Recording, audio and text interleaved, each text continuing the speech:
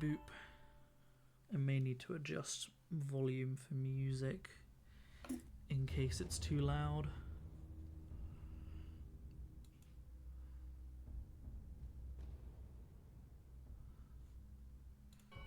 I also may end up skipping songs because I just threw soundtracks in. So like Skyrim's got some bangers, but then it's also got a couple that are just kind of an ambient rumbling and nothing happens. Yeah.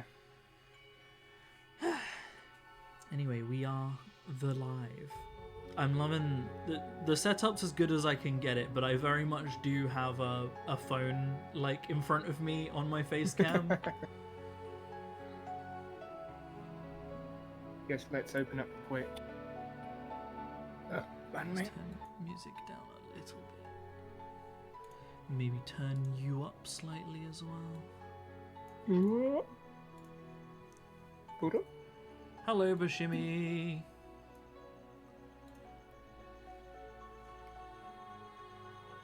We be painting models today. Apologies if I'm slightly quiet. I can't get my microphone any closer. If I move it closer, it's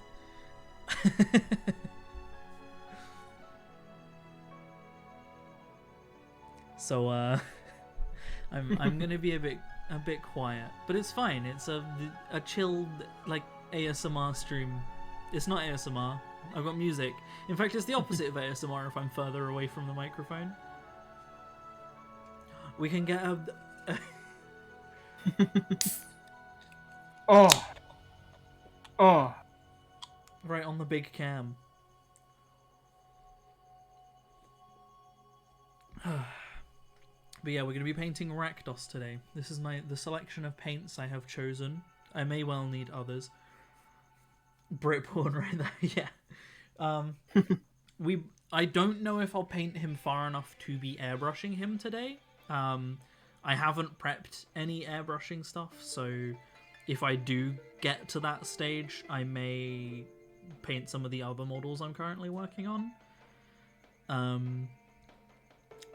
But yeah, we're gonna be painting this boy. I've done a couple base coats to get him to like a grey. He looks a lot more oily on like on the phone cam than he actually is. He's a bit glossy, but he's not like quite that glossy. Also, the white balance seems very slightly yellow. Let me adjust it a smidge. A little bit better. A little bit. Yeah, it can make it really pink. Let's not. How about there? Oh, I'll take that. It's closer. Looking real slippery, yeah. So, to go through the paints, my plan for him is I'm basically going to paint him like a Balrog. So my plan is to have him very dark and stony. And then I'm going to fill in a lot of the crevices and gaps with like lava. So it's going to be hot and glowy, especially on like his scythe has lots of cracked rock where I can fill that in with lava. I feel like a lot of the crevices in the wings can have a nice red glow. All the metals I'm going to do with classic lead belcher, a good like, kind of gunmetal-esque. And then because he's going to be lava-y and glowy, I'm going to do that like heat discoloration of metal where it kind of goes a bit gold, then it goes a bit blue, then a bit purple, and then kind of like black on the tips, like a flamethrower end, that kind of style. And then I'm also going to be watering down some orange and like putting some rust into the crevices of the metal as well, and also shading. I'm going to do lots of shading to darken the metal. I'll do like a coat of shade, a coat of watery rust, a coat of shade, a coat of watery rust to really get that like messy like rust in there. Gonna be doing just kind of leather on like the loincloth, just some brown leather, kind of like how I did. There's a good example. Which one can you see it well on of my other models? Where do you be? There's one of my models that has like 6 pouches. Which one is it? Is it you? Yeah, there we go. This guy. I'm going to be kind of doing the leather like that. Where it's like a dark leather, but it's kind of pale and worn on the edges. These are the models that I'll be continuing if we get far enough on this guy that I would need to start airbrushing. So yeah, we got like the metals, we got the leathers, we've got the stony colours, and we've got some reds. I have also got Blood for the Blood God, but I don't know if I'll be using that on him or not. Because wet blood on a hot magma creature doesn't really like make sense. And then I've got so some of the bony bits. I haven't decided if I want to do his horns the same as the rest of him and it's like dark stone, or if I want to do his horns and hooves and stuff like a different color. Because I was thinking possibly some Rakar flesh, which is a kind of pale fleshy color, and then Dreadful Visage, which is a like kind of gross purpley contrast. Oh. So we shall see. Sound. We love it. Huh? Oh, could you hear sloshing sounds? Yeah. The sound of shaking paints. We love it.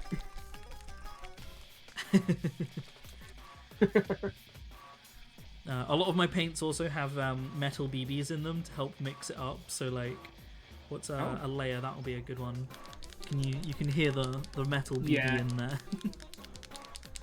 Apparently it helps reduce clumpage a little bit. Oh no. Blood on the scythe. Yeah, that's kind of what I was thinking, but if I'm doing the scythe like magma, like volcanic rock with glowy lava bits in it, the blood would not, it would just evaporate, right? It would just boil straight off. So we might not. We'll see. We'll see what mood I'm in, see how the wind takes me. I don't know, what are sayings. Brush wise, I've got super detail, medium, and a dry brush. So yes. Right, shall we begin?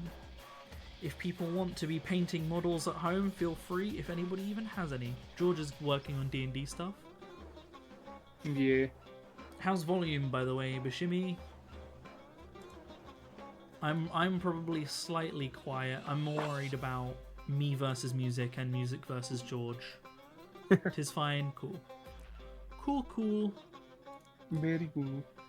And also, yeah, you can see I'm a little bit obstructed here because, of course, I am. There's not much I can do about this. And I love Hades music into Monster Hunter World music. There's a lot. There's a lot of Monster Hunter World music, and is that World or is that Rise? It's one of them. It might be Rise. There's a lot of Monster Hunter music anyway that's like 12 seconds long, and then it's done.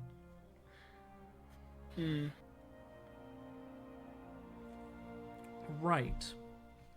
Where shall I begin? Let's start on the shoulder. The little metal spiky pauldron, shall we? I'm sure George will be happy to finally see me painting this model. Seeing as he got it for me a while ago. I need to message Leo. I've had to put my keyboard up here so it's out of the way. But I can still type on it, surprisingly, so that's fun. I've just got it raised and off camera. My mouse is over here, but that's fine. Just about room. So, well, yeah, metals. Let's do metals first. Let's get everything else out of the way. Let's not put it there. I've got other paints there. I'm going to mix them up if I put it there. I do also have a palette. This is where it comes into, like, how sacrilegious do I be? For what amount of these paints can I be bothered to water them down? Because sometimes I'd be lazy. Sometimes it just be like that. Where should I put that there? I'm trying to arrange things now.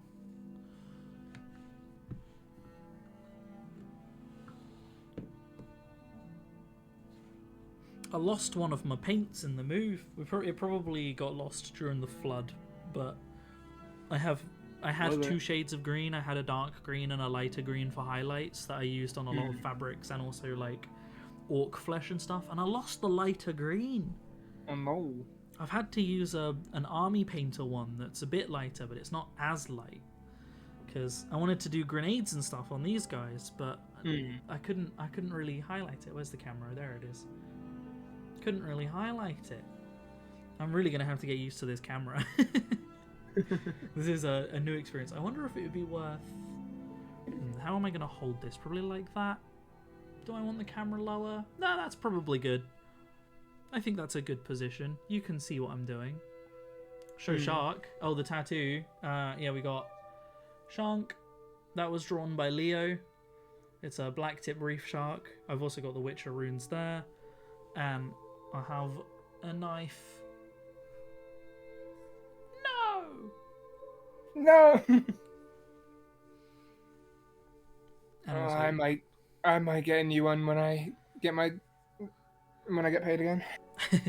I want more tattoos. Although my next body mod, rather than tattoos, I'm gonna get my nose pierced. Ah, fair. I have a specific nose piercing that I want to get. That is, it's both is I guess nostrils, is that the word? Anyway, the bit above the hole in your nose on both side. There's a style of piercing where you have that and then you have like a couple chains linking them that go over the top of your nose. Oh yeah. I just really like how that looks, and I think of all the like facial piercings that would go with facial hair, like I can't get lip piercings because you just won't see them. Even a septum piercing would disappear in my moustache, but the one that goes over the top of the nose, I think would look quite good. I've thought about eyebrow piercings and stuff, but fair. I'm thinking my next tattoo is going to be probably a Hades one. Oh, nice. It's going to be a combination of the Sigil of the Dead, so the thing that looks like the fucking Berserk symbol. But what I was going to do is a combination of the version from Hades 1 and Hades 2. Yeah. That they like overlap. This appears to be a really empty pot of lead belcher I've got here. Why do I even still... Okay, is this just a me thing, or do you get right near to the end of a pot of paint, buy a new one, and then not throw out the old one? Yes. Okay. The amount of pots of Abaddon Black I have. Yeah. Or fucking what's the white called? White Scar. White Scar. Because that just clumps up. Yeah. Oh my god, the clumpage on White Scar is nuts. It's whites and greys with Citadel love clumping for some reason. Apparently, airsoft thinner can help with that. If it starts clumping, you add a little bit of airsoft thinner and then shake it up and it'll like reduce the clumps. Right, I need to grab another lead belcher. Give me 2 seconds. Oh my god, do I really have another empty one down here? I do have a fresh brand new one, luckily, but I really have another empty one. You can see how used this is. Oh god, I hate Citadel lids as well when they just stop closing. Yeah, that's basically empty as well. Cool, sick. I really thought this one looked fresher. I thought this was gonna have like there's a bit in there, but it's not enough that like you can't hear me shaking it, you know? You can't hear anything. You do have a drawer of a bunch of dead paint tubes. Yeah. Never get rid of art supplies, never know who knows what use they could have later. Yeah, but like these aren't gonna have any use if they're dead. Does that... Oh, it does have enough in it. Okay, we don't have to open a fresh one. I shook it more and we're good. I can't be bothered to put this back. There we go. That's back. I definitely didn't just throw it. I should put a BB in this. I haven't quite come to terms with the fact that when I do eventually throw out paints, I am going to have to try and recover the BBs. because like if I can avoid having to buy more BBs, like there's no reason for me to buy more if I can recover them. But I don't know. I guess like a bit of paint thinner or something, like some ISO or something in there would strip the paint out, and then I can just pour the BB out. If it's like a really dead pot, that would probably be fine.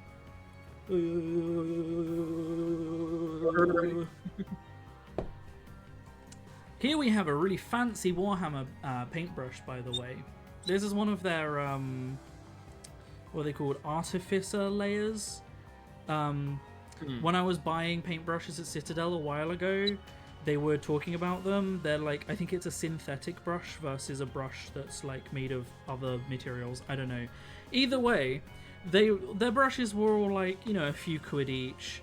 And he shows me this one that had a really nice, really detailed point. He was like, yeah, it's a synthetic brush. They're really nice. They last ages. And I'm like, okay, cool, yeah, I'll get that. I get to the till, and it was like fucking 15 quid. Holy. And at that point, he's already scanned it, and I don't want to be like, actually, I might get a different one of those brushes. So I just I bought it. But I was like, really? Let's find out. Should we see how much they are on Old Games Workshop? Or Warhammer, as it's called. They don't seem to call themselves Games Workshop anymore, even though they don't only sell Warhammer. Build and paint, brushes. Where are my old Curse Strahd note from back in 2020? What is this one? Is it an S or is it an M? I think it's an S, but I cannot see. XS. Curse Strahd. Extra small artificer layer brush, £17. £17. A quid is a pound, Bashimi. So probably like 20 euros for this. And you know what's happening? The bristles are already starting to spread out. They're not doing it too bad, but I've had this thing for like a year, and it's already doing the thing. I hate brushes. God, these tiny little detail brushes are impossible to prevent from spreading. I get through these things so fast. I've just started buying cheap ones. Leo bought me 2 packs from like 2 different brands and was like, yeah, try these out. See how good these are for my birthday. So that's all we're using today. Because good God, if I can find a cheap brand that makes these, I'm going to get through so many. And also, I use a makeup brush as a dry brush. I mean, that is. It works really well, actually. Yeah. Right, shall we actually paint? Shall I water down my paints? Shall I be a good boy? Probably. What's the... if you have a good boy and a good girl, what's the non-binary term? Good. Good bean. Yeah. Good bean. Little good bean. I'll tell you one thing that the Artificer brushes are really good for, though. Because they're made of plastic, they're really good for mixing paints without the paint sticking to the brush too much. Versus like a wood brush. Right, so let's... Beep beep boop. Butter dog. Butter dog. Dog with the butter on it. Dog with the butter on it. Butter dog. Cheap paintbrushes, do you mean the Wisconsin toothpick method? Whiskers on a toothpick. Oh, I actually saw someone using a cat whisker What? For Warhammer on Instagram yesterday. They were using it to do scratches. They had a tank and they were weathering it and putting scratches in the paint and stuff by using a cat whisker to like do the scratches, and it legitimately worked so well. Because it's just such a small little thing. That's so much. I do not need that much lead belcher. That is too much paint, especially if I'm watering it down.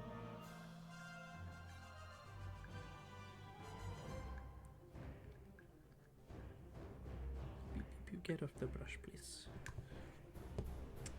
I also love... So I've been learning, obviously, airbrushing a bit. And every channel you go to has a slightly different way of doing things, which makes sense. That's just how art be. But, like, That's just how I'll watch a couple channels that will talk about thinning paints, and they'll be like, yeah, if you don't want... If you already have Citadel paints, you can thin them. And they'll talk about their favourite brand of thinning paints. I went for Vallejo, and apparently they're quite popular. And then I go on one channel who's like, yeah, if you're thinning paints, you can thin them out. You can get airsoft thinners. I just like to use distilled water. I find that works better. And I'm like, no one else has had that. Like, everyone else has said you can use water, but thinners work better.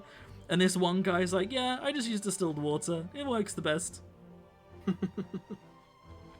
And now I don't know if that guy is being paid by Big Water TM or if the other guys are being paid by, like, Vallejo and Big Thinner TM.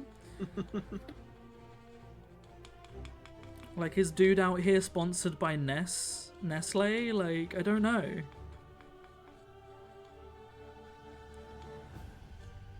It is Nestle that said that water isn't a human right, isn't it? Fuck. I don't know. I think it was Nestle. It was also Nestle that said that, like, if they had to start, like, declaring and, like, proving that they don't use slaves, then the cost of their chocolate will go up. And it's like, well, that's a pretty damning thing to say.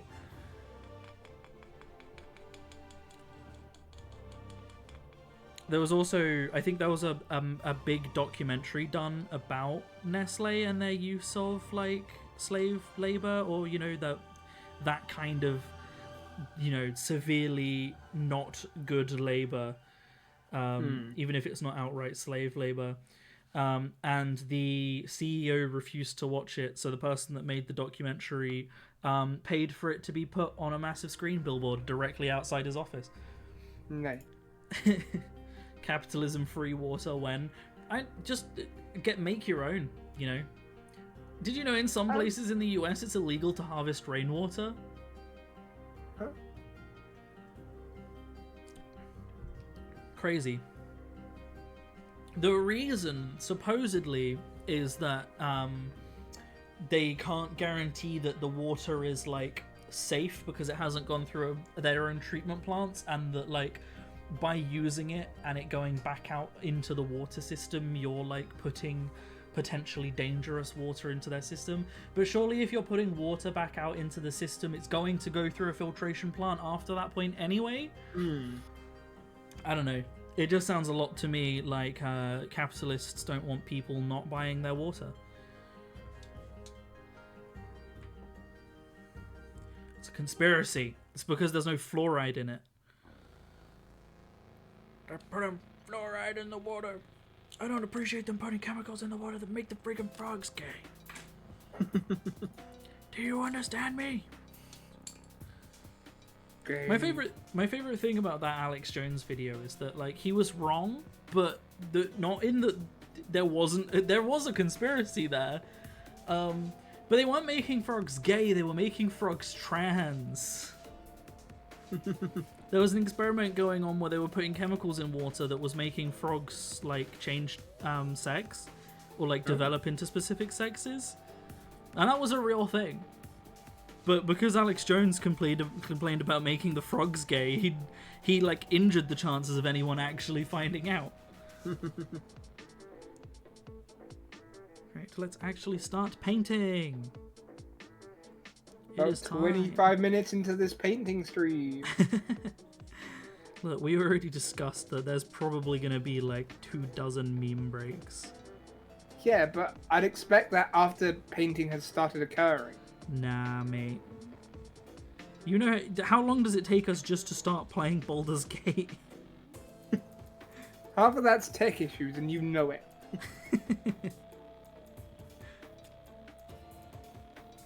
I'm pretty sure most of it is ADHD. I mean, yeah, but also... How is the... Oh, I'm doing this all off camera. This is... Hades music? Indeed. God, I need to try and do this in a way that I can see it and the camera can see it. This is the hardest, but how do painting channels do this? So far away from me now, I can't see that. How about, can I hold it?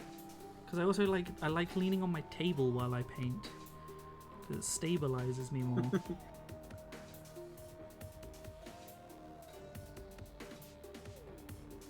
This is difficult. Hang on. We all remember the Moses break. Yeah, exactly. If I move the camera back slightly, crotch shot, move it down slightly. There, right. If I am like this now. It's now a token page? Huh, that's cool. There's what? Sorry, I just created a new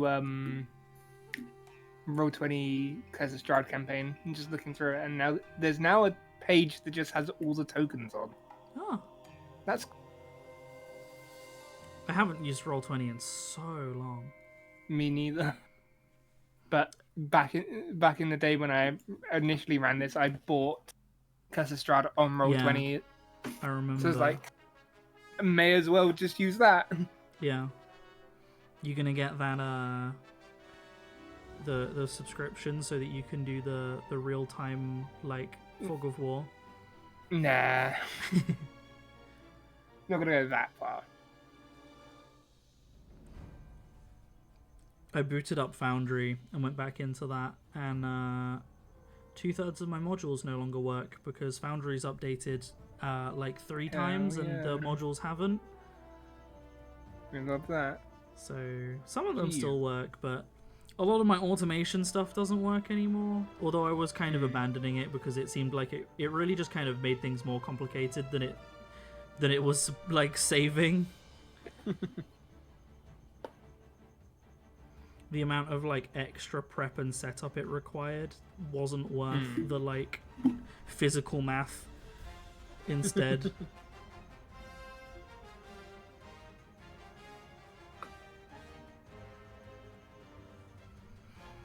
So if I ever run D&D again, I will be using Foundry, but I'll just be letting people use whatever method of rolling they want. I cannot be bothered to automate. How visible is this on stream, Bashimi? Can you actually see what I'm doing now? I mean, I can see it pretty good. Cool, because I can... You're probably not going to be able to see me trying to get in a lot of these crevices, because I can hardly see me getting in a lot of these crevices. Painting models is hard.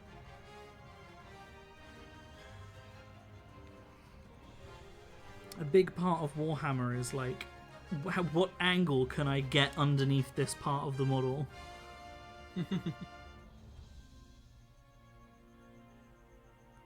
Someone really needs to invent like a long skinny brush that's like a right angle on the end, specifically for getting into some crevices.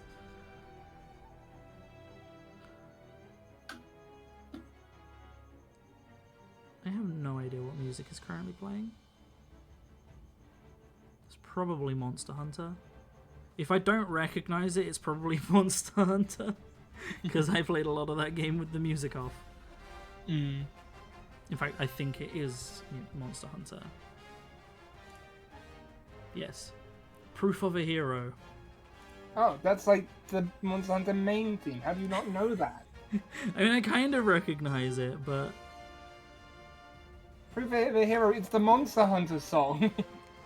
I spend most of my time playing Monster Hunter like with the volume off and YouTube on.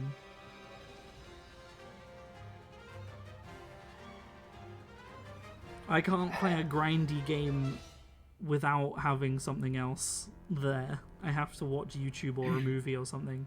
And the same with Destiny. Not even knowing Proof of a Hero, and you call yourself a Monster Hunter fan. I am a Monster Hunter fan. I've put like collectively over World and Rise probably like 400 hours into Monster Hunter. Don't even know Proof of a... Can't believe... Fake fan. I know. Fake fan. Right, that's the pauldron done. How much Please time do stop I saying have? crevice. Once- Why?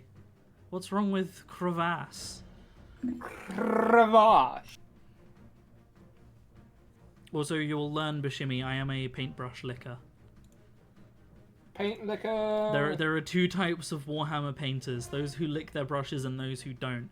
And those who don't lick their brushes are liars. two kinds of Warhammer painters: those who lick their brushes and liars. Because how do you get your brush into a nice fine point without licking it? I mean, come on.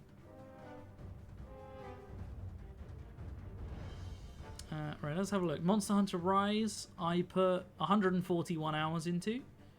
Monster Hunter World, I put 328 hours into. So nearly 500 hours between them. Yeah. I have a total of, between Rise and World, 550 hours. Nice.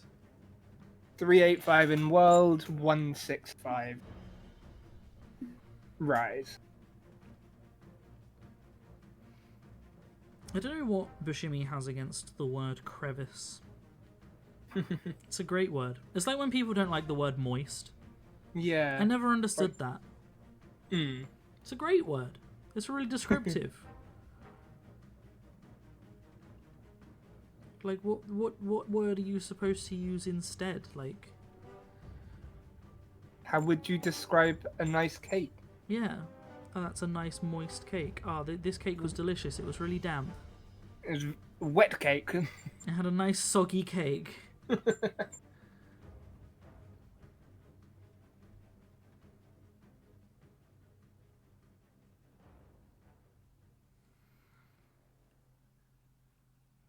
Oh yeah, I'm using a different desk chair at the moment. I swapped chair with Leo because Leo actually likes my chair more. But he, when he was at uni for disability, got given like a really bougie chair that's like $1,500. And it's meant to be like really good for your posture. It's got like 50 million adjustments. Like, it's a really nice chair. And I'm really liking it. It's very comfortable. But also, because I'm improving my posture and I'm not used to my posture improving, sometimes my back is like, I have to regrow all these muscles that I should have developed but don't because I sit like a goblin.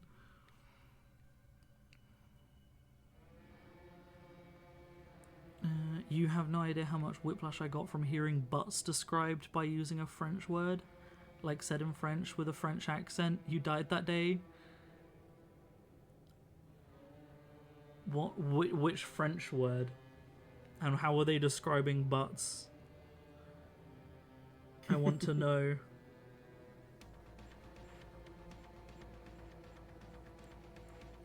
Oh, crevasse. Why were they using crevasse to describe a butt? Isn't that the opposite of... I mean, you got the butt crack? Were they calling it a butt crevice? The Batty Creek.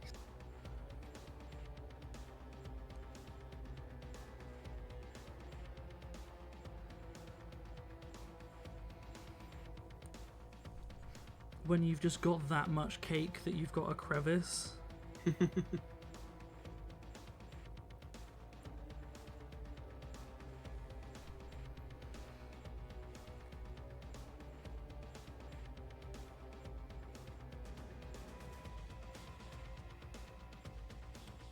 The reason I'm listening to game soundtracks, by the way, for those of you at home, is because they're the least likely to get copyright claimed.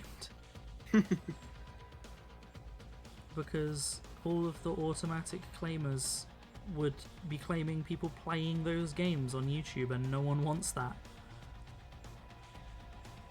Do those spikes come out of that whole thing? Oh, okay, I thought they were like metal rings around a kind of leather thing, but there are spikes coming out of the whole thing, so I'm gonna stop being delicate and just do that whole thing metal.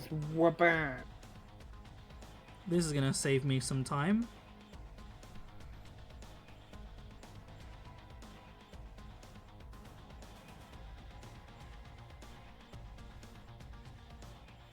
A really, really comfy looking metal brace. Vambrace.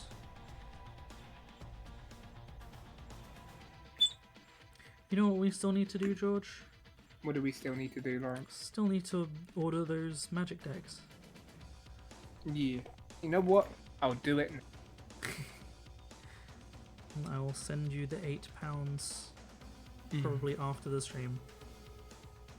Remind me at the end of the stream to send you the money. And then I'm coming down in August, so...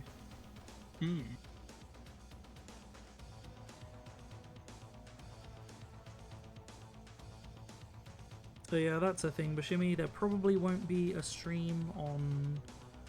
I don't know what Thursday is between the 21st to the 26th, 25th, something like that. I can't remember when I'm coming down. There won't be a stream on that Thursday anyway. The 25th is Thursday. Okay, so yeah. Thursday the 25th, there won't be a stream. Because that'll be when I'm driving home.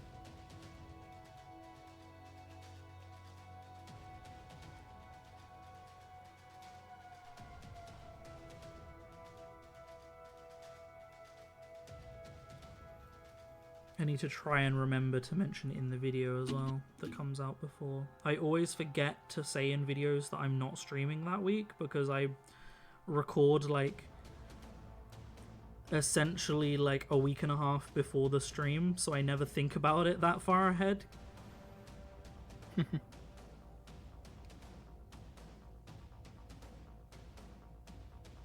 The hardest thing about model painting is your own body blocking light. Like, why can I not just temporarily become, like, transparent?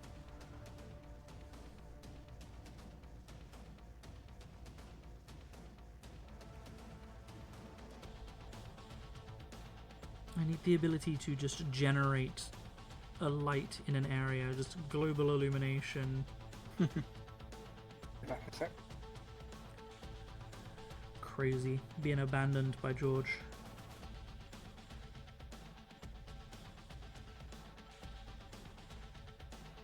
I still want to know how they used crevice to describe a booty.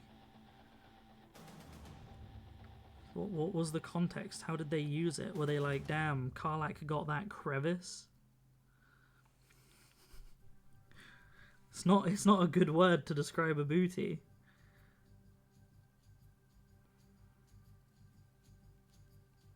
I wouldn't be surprised to see it, like, describing genitalia. That would make more sense, but...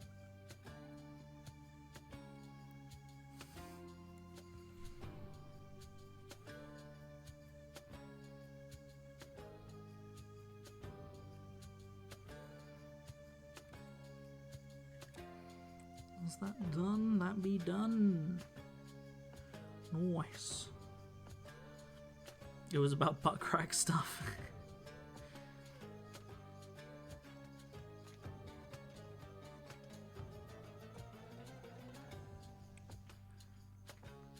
You were young and new to English speaking places.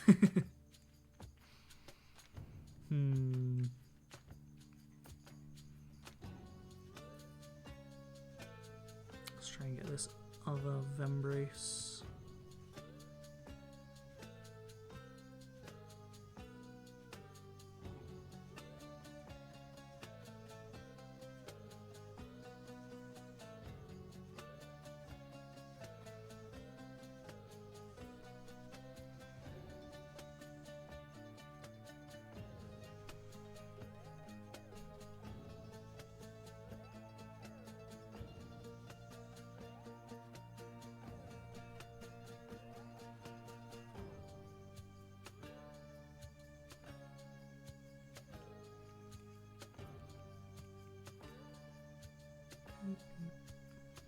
Bebop.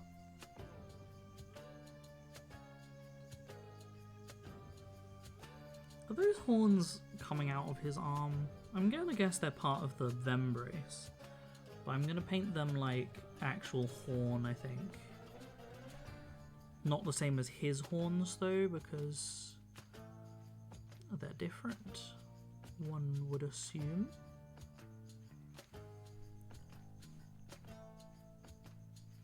How's the camera doing? I mean, it can focus pretty close. In theory, I could have the camera a lot closer.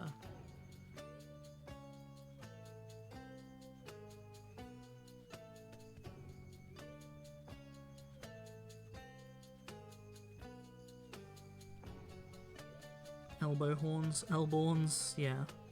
Elborns, if you will. Elborns.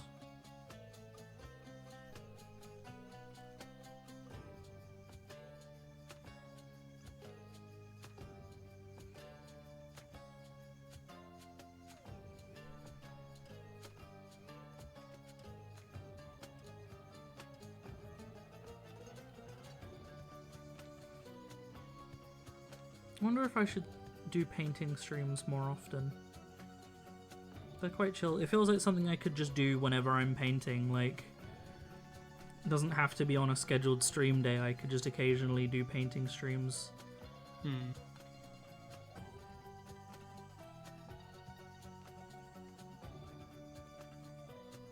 I have the stream tagged as just chatting. I thought about tagging it as art, but just chatting actually has a lot more viewers, so... Hell yeah. Although, is that in itself a hindrance? Are people more likely to find me if they're looking for art because there's less views? Okay, so with shipping, it goes up to £19.50. What, the Magic Deck? Yeah. If I get it on Prime, it'll be free shipping. Oh yeah, that's fair. I do no longer have Prime, so Yeah. I guess might be best if you order it. Yeah, I can order it to your house. Yeah. If you send me your address, I'll do that at the end of the stream. Yep. I'll do it on stream. I'm just gonna dox your address. Dox your address and then your bank info. Yeah. Yeah, dox. I'm gonna dox both of our addresses, my payment details.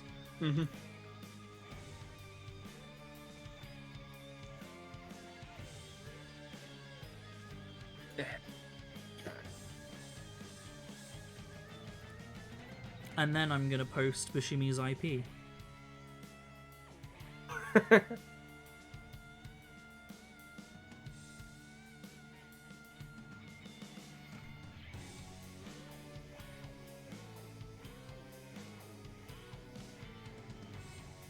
It was that meme of like, oh, you think you're tough, kid? Posts their IP and coordinates.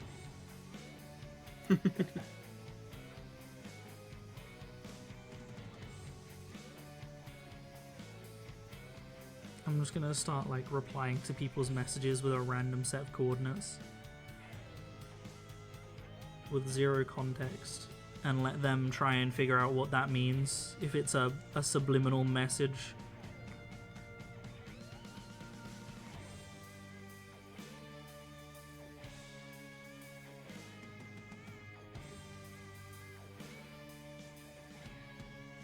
This music is making this very intense. Yeah, was this... I think this is potentially Hades 2. It is Hades 2, Across the Rift. Oh yeah, I know this. I've not played Hades 2, so I don't know the music as well. I have 45 hours in Hades 2.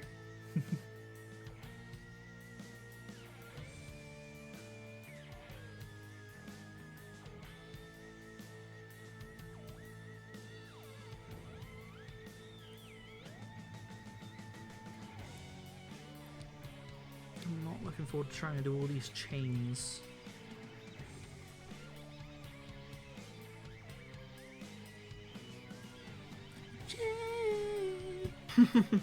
Get back together.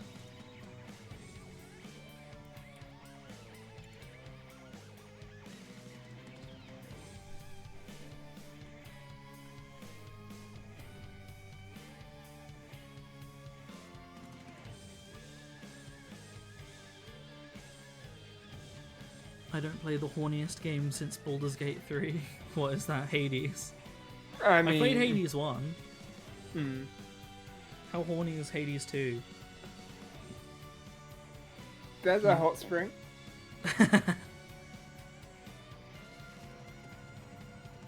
You play a female protagonist now, right? Yeah. Controversial. Controversial.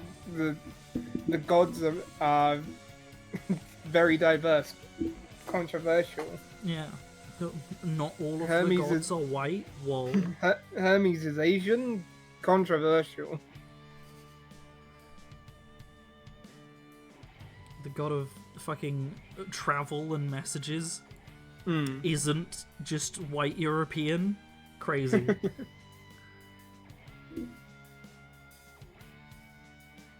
Oh yeah, I mean, what Aphrodite the the man? What? Oh yeah. Because she has cheekbones. Have you seen people complaining about the new Tomb Raider? There's a new Tomb Raider. Yep, they've confirmed what Lara Croft looks like in the new reboot. They're going back That's to how- old school Lara Croft, like the blue shirt and shorts look. Honestly, she looks fucking great, and they're already like, oh, they've made her too masculine, and like, fucking. Someone was complaining about her jawline, and she's got like one of those narrow, pointy, like Oh, very. holy, she's fucking hot. Yeah, right?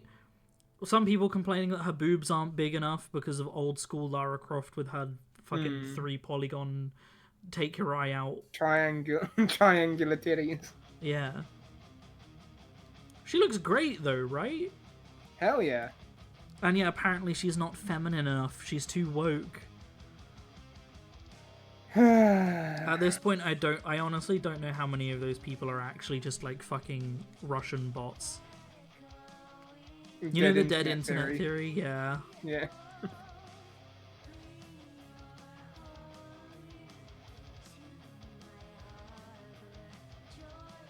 It's like the dead internet theory has had me legitimately questioning my entire channel.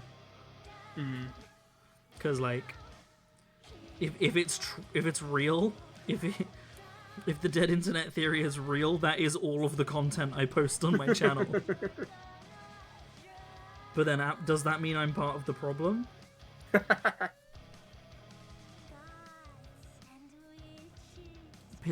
Pyramidal tits, Lara Croft supremacy. If I don't lose an eye during motorboating, I don't want to hear it.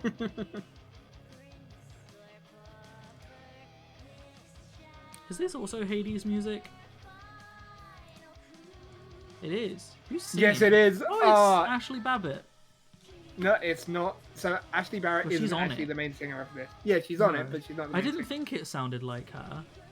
Is it Erin Yeah. Yvette or Judy Alice Lee? Erin Yvette. I've not heard of her before.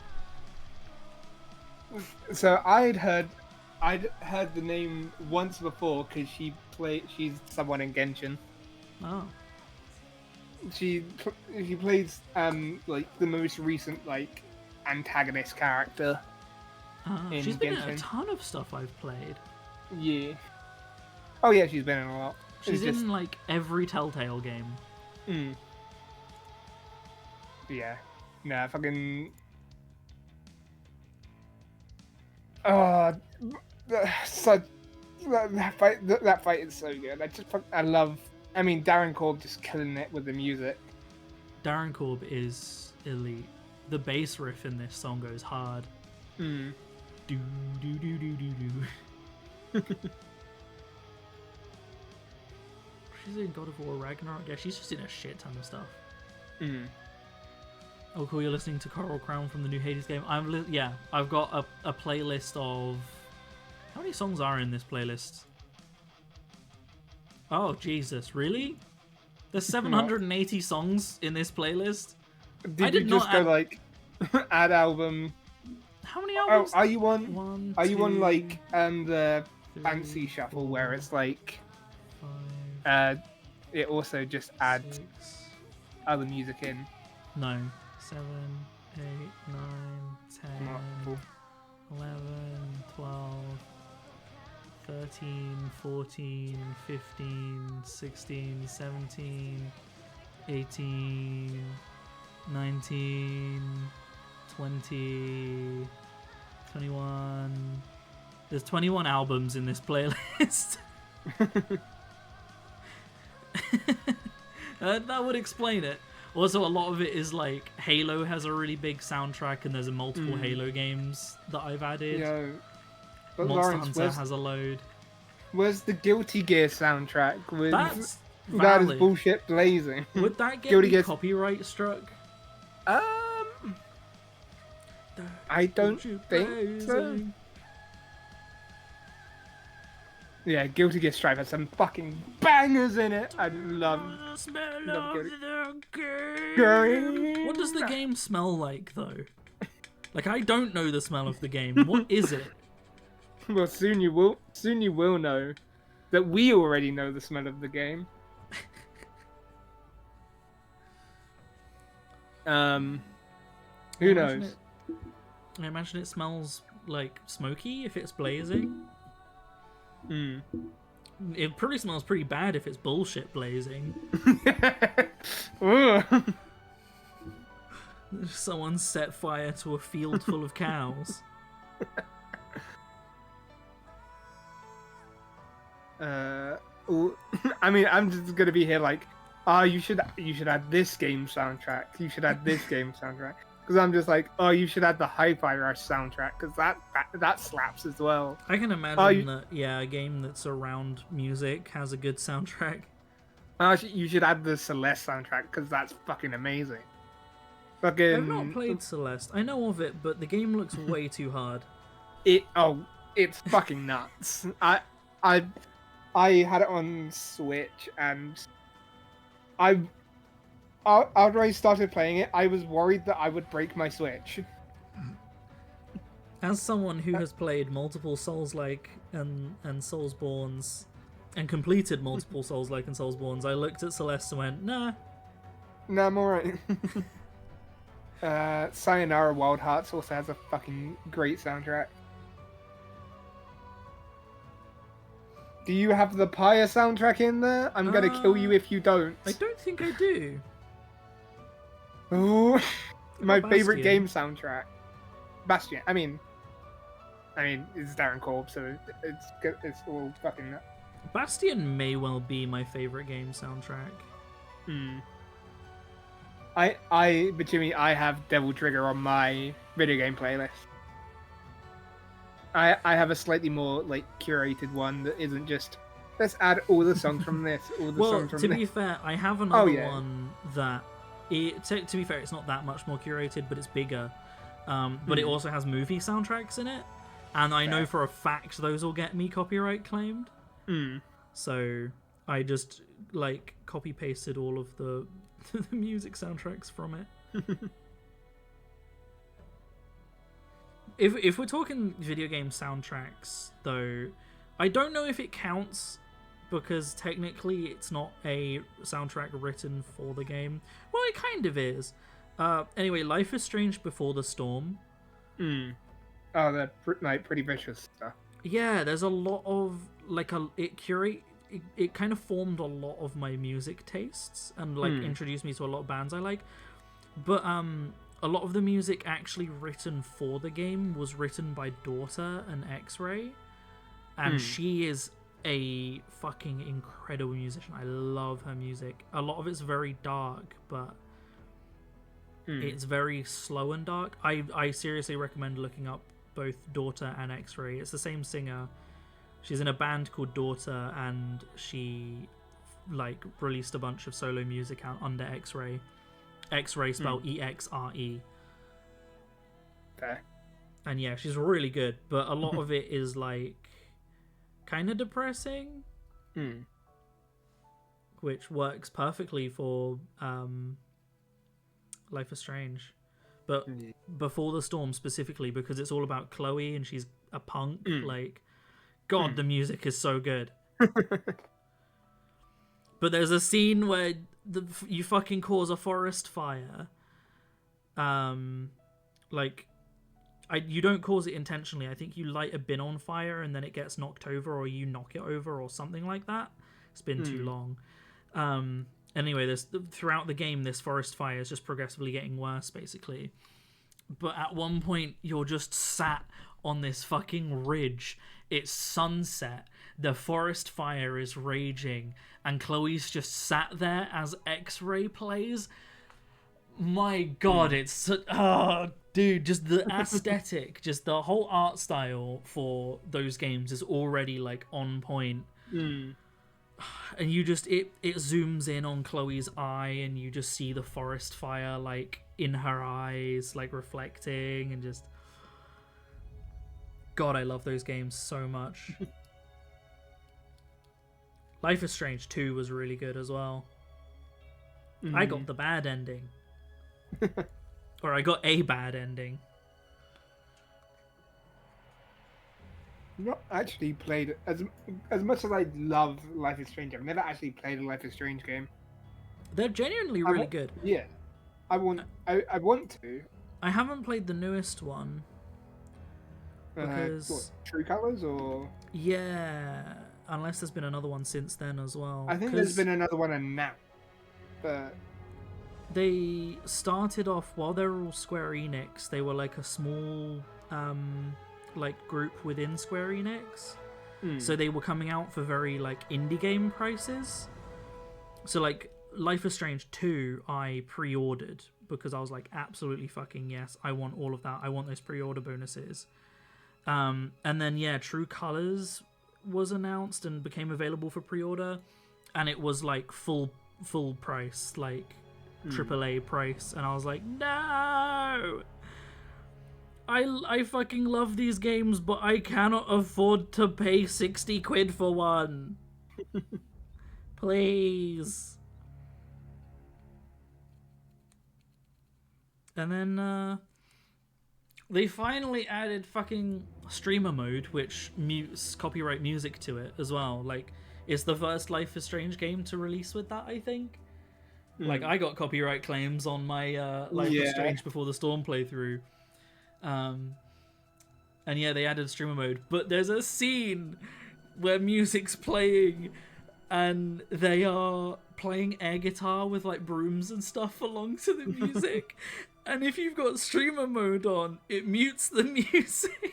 So you've just got, like, shoe sounds, breathing sounds, as these people just dance around in silence. The most awkward thing. No, Let me see if I can find it. They should have just gone the Hi-Fi Rush route to just create two soundtracks, have a streamer mode soundtrack and a normal one. Honestly. Because, yeah, Hi-Fi Rush... free music or something. Yeah, a lot of the boss... the music that plays for bosses, there is like licensed music in it and stuff like that. Ooh, and then if you go streamer mode, there's like original music, and the original music is kind of better. Max is coming back. Oh, the main character from the original Life is Strange game. The new game, Life is Strange Double Exposure, I saw that name and was like, wait, that's a photo reference. They bring him back, Max? Streamer mode in these games is the funniest shit ever, honestly, yeah. I'm gonna have to... I can't watch the trailer on stream, I guarantee you'll get a copyright strike. Wait, Chloe's coming back too! I don't know if they're main characters or if they're just kind of, like, around. But apparently it's been confirmed that Chloe and Max will both be in it. Because, yeah, it looks like you're playing a new character. I guess you're playing a new photographer?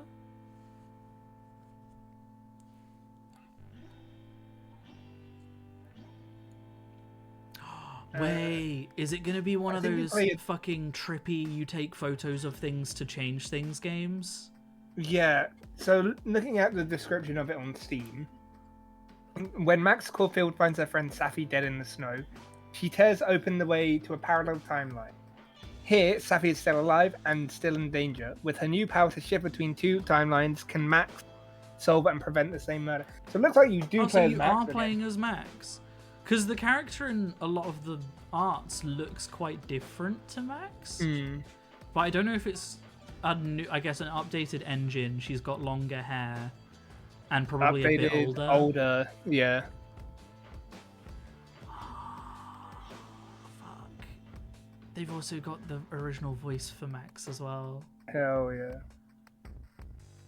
Oh God, I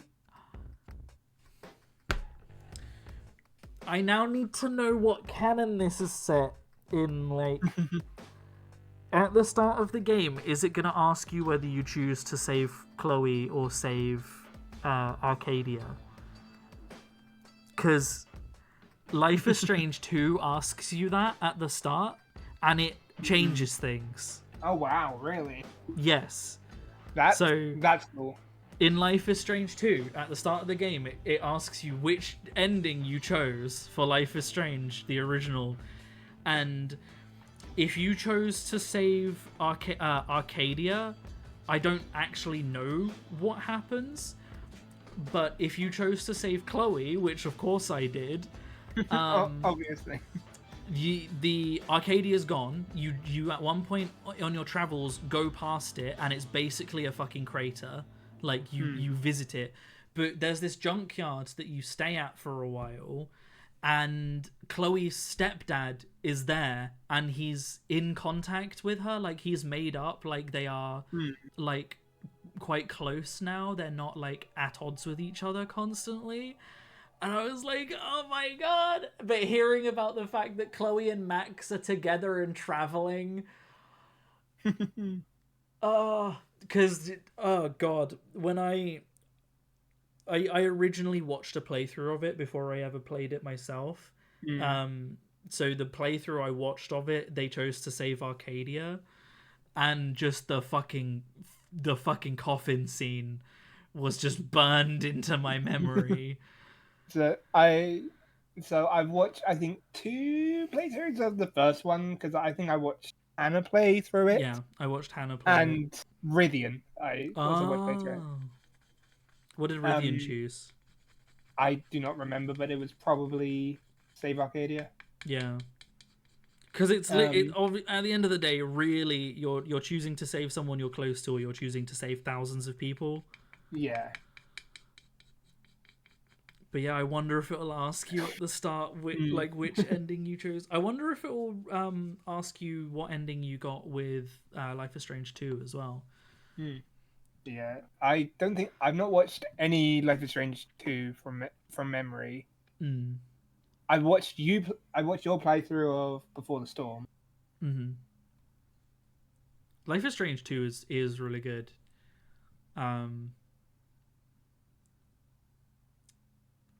I'm trying to remember things. Obviously, Before the Storm, there's no powers or magic involved because it's a prequel and it's all about Chloe. I loved that game. I remember in Life is Strange, the first one, when you go back in time and save Chloe as a part of the plot, and you go to her house and she's in a wheelchair and her dad is dead. Yeah. Oh. No, I think it. No, you save her dad, and you save her dad, and she's in a wheelchair. Because her dad didn't get. Her dad was already dead. Did. Yeah. Yeah, her dad was dead in the main timeline. Yeah, hence why she has a stepdad. Yeah, but in the other timeline, you save her dad, but because her dad wasn't in the car crash, she's in the car crash, and therefore she's in a wheelchair and all that. Yeah, God. The Before the Storm is really dark, by the way. I guess if you saw my playthrough of it, you know. But that game's about a fucking pedophile serial killer ring. Like, there's a serial killer that is kidnapping girls from the school and, like, abusing them and then burying them. And that's what happened to Chloe's friend Rachel.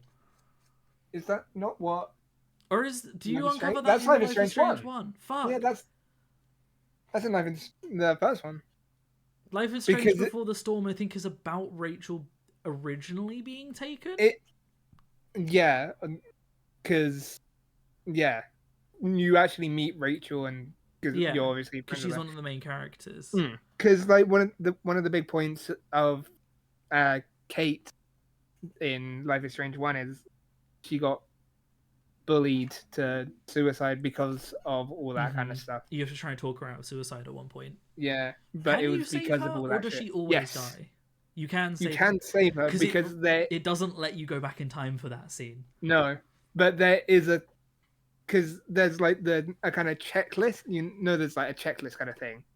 In a Yeah. later chapter, one of the checks you can get is have Kate help you with something. Oh. Man. Those games are dark. Yeah. And yeah, Chloe asks you to kill her in the parallel universe. And like Yeah. that raises the question of like you're going back in time anyway to change things back. Mm. But like, does this universe still yeah. exist? Does it cease to exist when you Oh, go? God, what was it? Like It's like I can't remember what it's called, but like multiverse theory or something. yeah. Like that. And I guess like so does the new game confirm multiverse theory? Hmm. If you said you have the ability to basically jump between like parallel universes, didn't you say? Yes. Yeah, so I guess that does confirm that your choice with that Chloe matters. Anyway, Anyway, Jesus, painting. I'm gonna get the scene up. But the dude that uploaded the video had a really loud intro. He's also got a watermark on it, but that's fine. He can have credit. He uploaded it. Display capture. I think is this? Yeah, without music. There's there's record noises and everything.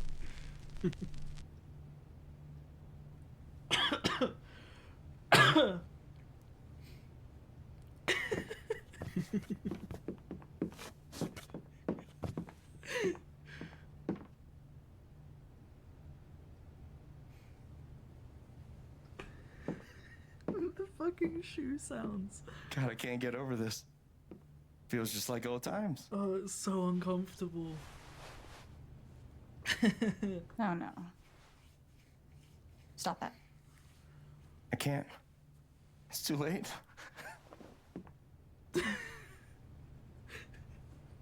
Like, why would you not find any other, like, any song to fill, like, any copyright-free song? Oh yeah, go get him, bro. She is cute. I do need to play this game at some point when it goes on sale. I'll probably stream it if I do. I don't know if it's even on my wish list. But, it's just...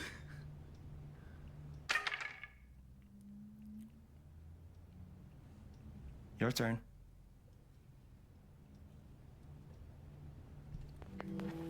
Fine.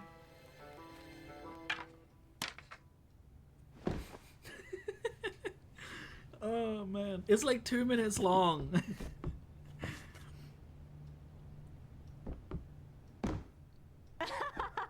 God.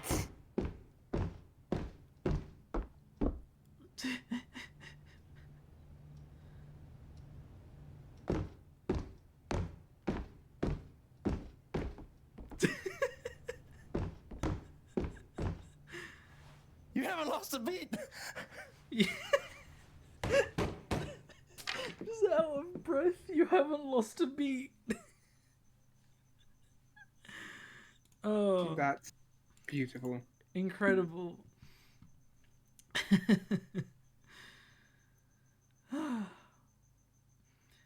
Yeah, I want to play it at some point. I don't know what my favorite Life is Strange game is.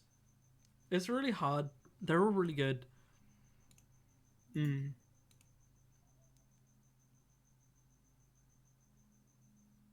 I don't know, because I really like Before the Storm. Yeah, you seem to really resonate with Before the Storm. Probably because Chloe. Yeah, I do fucking love Chloe. I even cosplayed her at a convention. Exactly. But after that, I don't know if I'm really torn between Life is Strange 1 and Life is Strange 2. Like, they're both really good. But I don't know. Life is Strange 2 was... I don't know. Maybe I felt more involved in it. I don't know. But that had such a good story. I felt really invested in the characters. Obviously, I did in both of the other ones, but I guess because of how much of the characters were like on the run and genuinely in danger the whole time. I don't know. I did really like the brothers. You were playing like a teenage brother looking after his like 11-year-old younger brother, because your dad just got shot by a cop, and then your younger brother unleashed his powers for the first time and killed the cop. And that's like the plot, basically. Okay. Have I ever played Tell Me Lies, Tell Me Why? Oh, it's called Tell Me Why. I haven't. It's very similar to Life is Strange. I'll have to look into that at some point. Let's play music again. How did we get onto this conversation? Oh, it was about soundtracks. Yeah.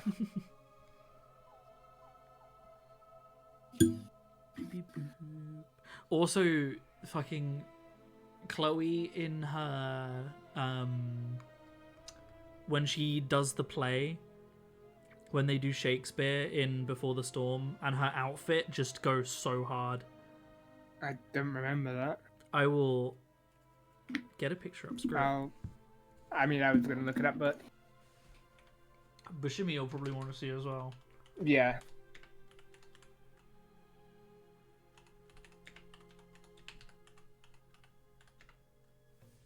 Chloe Before the Storm.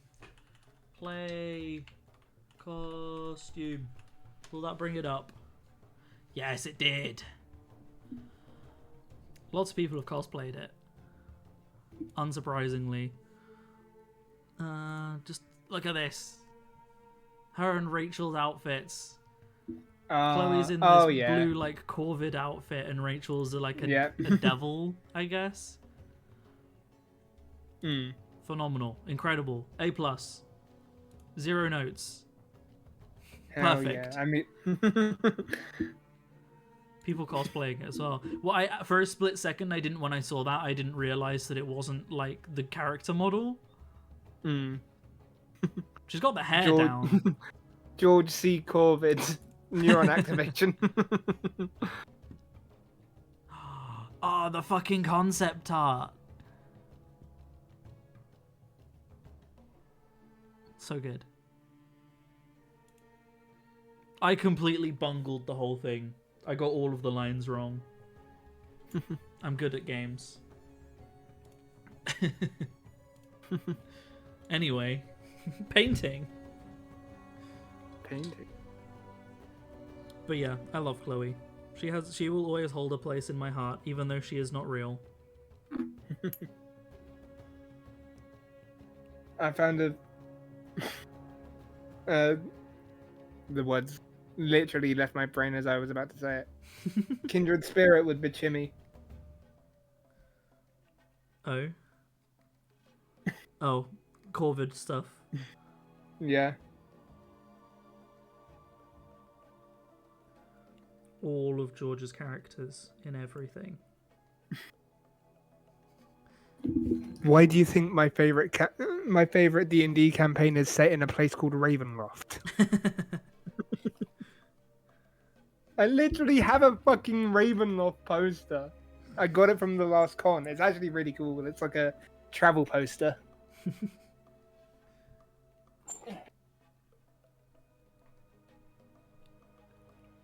I painting? Oh, I am painting off camera. Good job, me.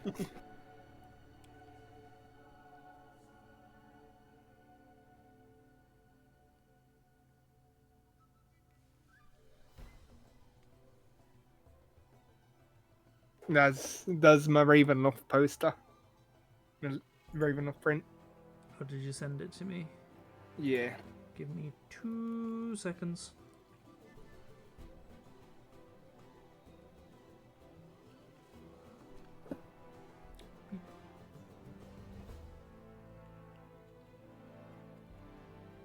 How far into the stream are we? Wow, we're already an hour 15 and I've not even finished doing metal yet. I've not even finished doing the base metal color.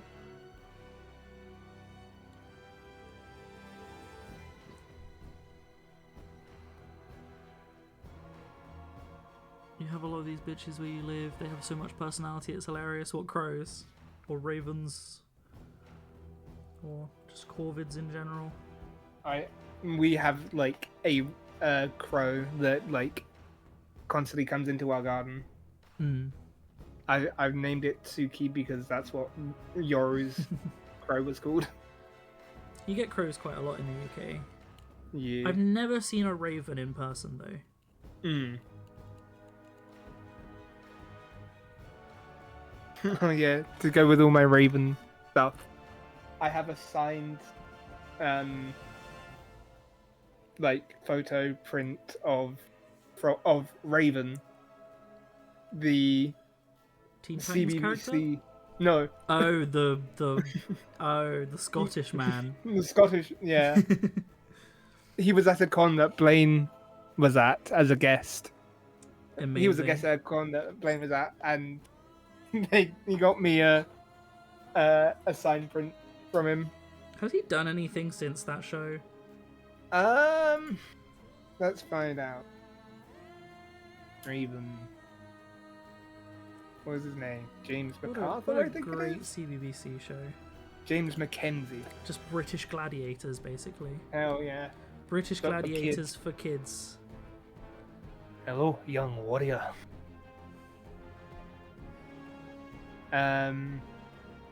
He was in Danny's house? Was he? What the fuck? No way. That was River a weird City. show. It was. River City, what's that?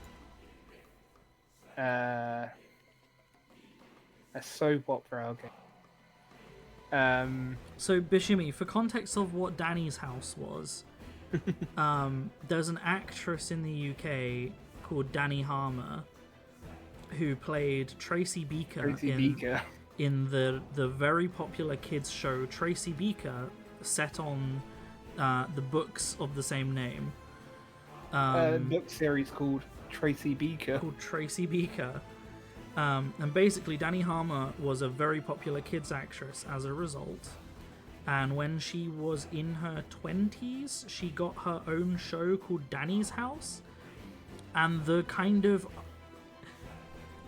It was like presented as if it was actually her house that she lived in, but it was very obviously a comedy drama where none of the characters were related to her. Like, all of the story was very much made up and weird shit happened. But it was a good show. And then they had a spin-off called Danny's Castle, and it was not a good show. But all of the Danny's House episodes were presented by aliens. Why was that? Basically, the aliens were watching Danny's house, but they were a part of the show? Weird. And they meet the aliens in one episode. And fucking, I can't remember what the guy in Danny's house was called, the really tall one. No idea. But he had questions he wanted to ask aliens because he was like the only one of them that believed in aliens. And he finally gets to ask them a question. He meets them and finally gets to ask them a question, like last second. Panics and asks them what their favorite shape is, and they teleport away. I don't know why I remember that so vividly.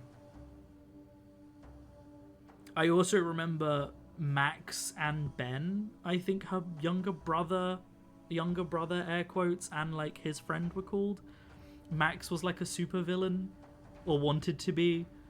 And at one point they make fucking girlfriends out of watermelons.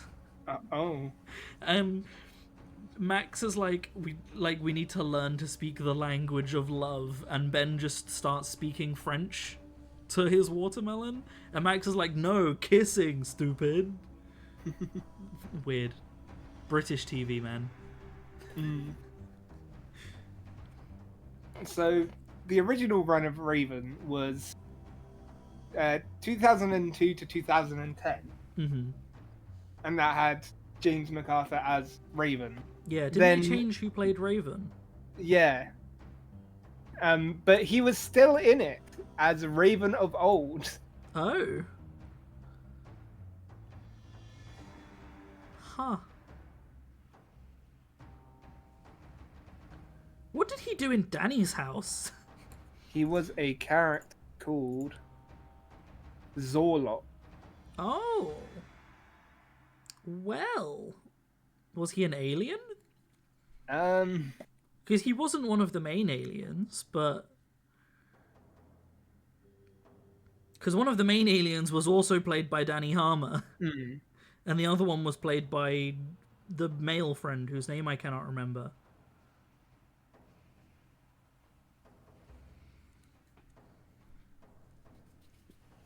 But yeah. TV. British TV became such an industry. Like, Tracy Beaker became such a hit that, like, not only did you have Danny's House as a spin-off, but you had, like, 8 seasons of Tracy Beaker. You then had, what was it called? Like, Tracy Returns to the Dumping Tracy Ground or Beaker something? Returns. Or was it just called Tracy Beaker Returns? No, it was Tracy Beaker Returns, and then The Dumping Ground. Because Danny They Harmer were left. two different things. Yeah. And then they kept the series going about the characters that Tracy Beaker Returns was about. Mm. Because, yeah, Tracy Beaker Returns, she goes back to the foster home and works there. Mm. She gets a flippin' job at the foster home.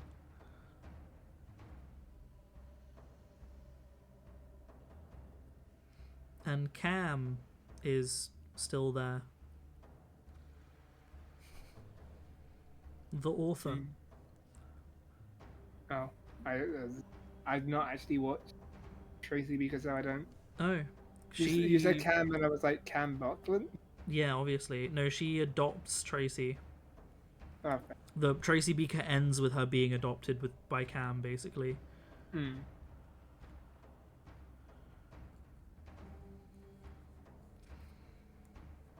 We have some weird ass entertainment. Yeah, I mean, yeah. But, like, honestly, Tracy Beaker was just a kid's drama about a girl who lived in foster care. That was the whole premise. It was just a girl that lived in foster care, got in trouble. She had behavioral problems because she was in foster care, and she got in trouble a lot. And that was basically the plot. And there was a lot of, like... Honestly, it was a really good show for kids because it taught kids how to deal with a lot of complex emotions. Like, there was a character called Crash, who was called Crash because he had severe anger problems that he got from his dad, who also had severe anger problems.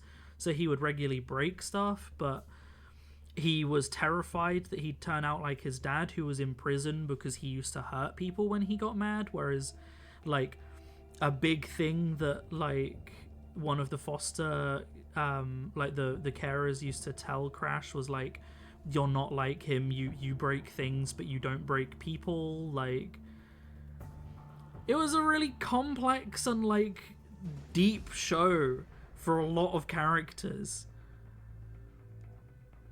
You had Justine, who lived in foster care, but her dad was still, like, present. He just couldn't afford to look after her properly.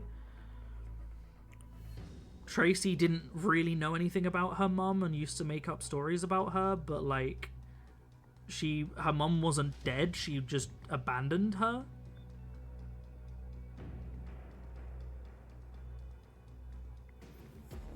It was a great show. It was legitimately really good. Do we have a lot of weird Spanish teen telenovelas with poor acting, or is that just a France thing? No.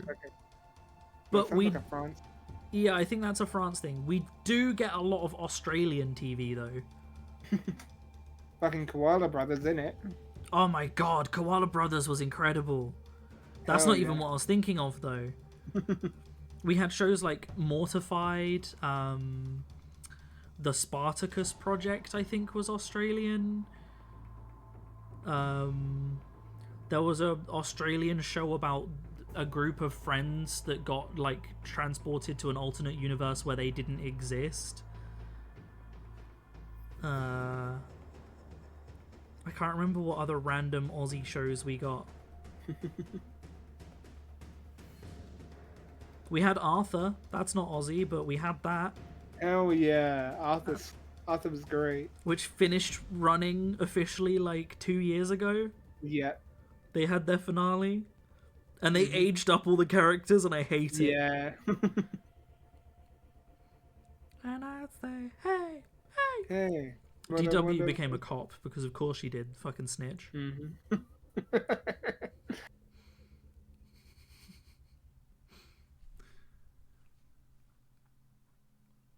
What other bizarre and great shows did we get? I mean, anything Cartoon Network ran that would sometimes Yeah. just end up on RTV, like shit like The Marvelous Misadventures of Flapjack. Mm. That show was weird. Oh, this is shit Blaine and I talk about a lot. We just talk about like old TV shows and that kind of thing. Yeah. Do you remember lot Mona of- the Vampire? Yeah. Mona the Vampire. That's one of those shows that I remember and I'm like, was that real? Did I make that up? What other really fucking weird shows were there? Is Arthur the weird animal with glasses? He's an aardvark. It's an odd- He's Arthur the aardvark. Yo, one that just came to mind. It's not like the kind of show we were discussing, like the cartoon one, but fucking Trap. Trapped was great. I think we've talked Trapped- about that on stream before. Probably. CBBC had a lot of game shows that kids Yeah. competed in. And like with each passing year the production value of them got higher. Mm-hmm. Oh yeah, because I think I remember mentioning fucking Splat a lot. Yeah, that one was basically just Total Wipeout but for It kids, was right? Total Wipeout for kids, yeah, and it was Total Wipeout for kids, but also it was themed. Yeah, it was like medieval themed and it had recurring characters. Yeah, the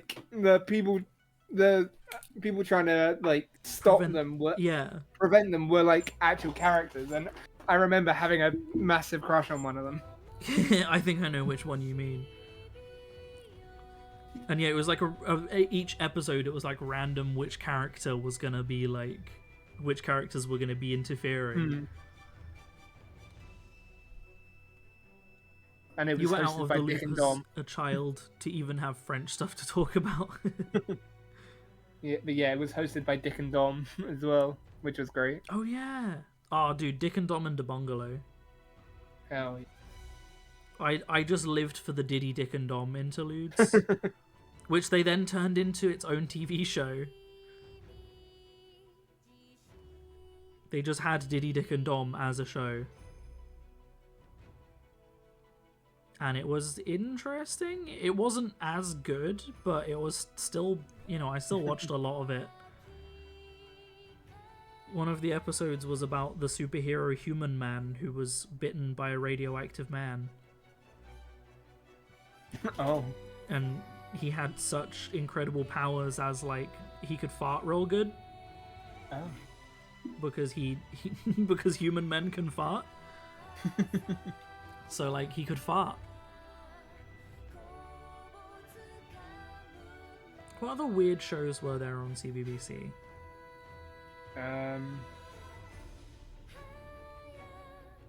What was the dude that lived in the garbage heap on a pile of tapes, and he would watch videotapes, and they were all just really weird?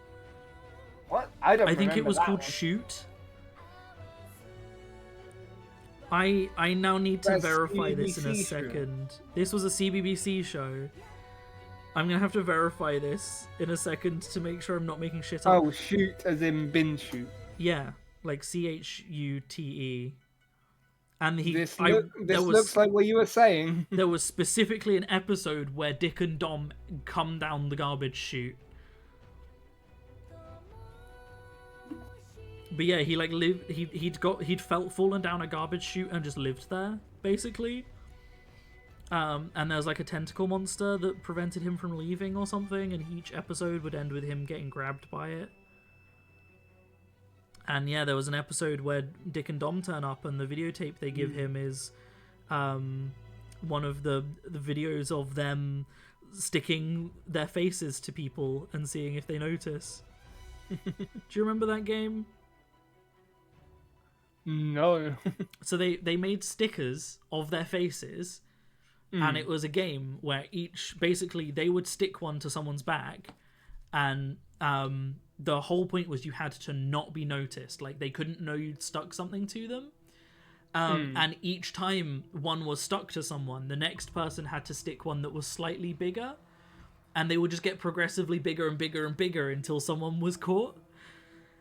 And the best one was, I think it was Dick goes and talks to this old man who was probably like in his 70s, and he's asking this man about his tie, and this man's just talking to him about the tie. He talks to him about the knot that he does and the pattern on it and everything, and Dick manages to stick this sticker that's probably about 4 feet long to this guy's tie without him realizing, and he walks off.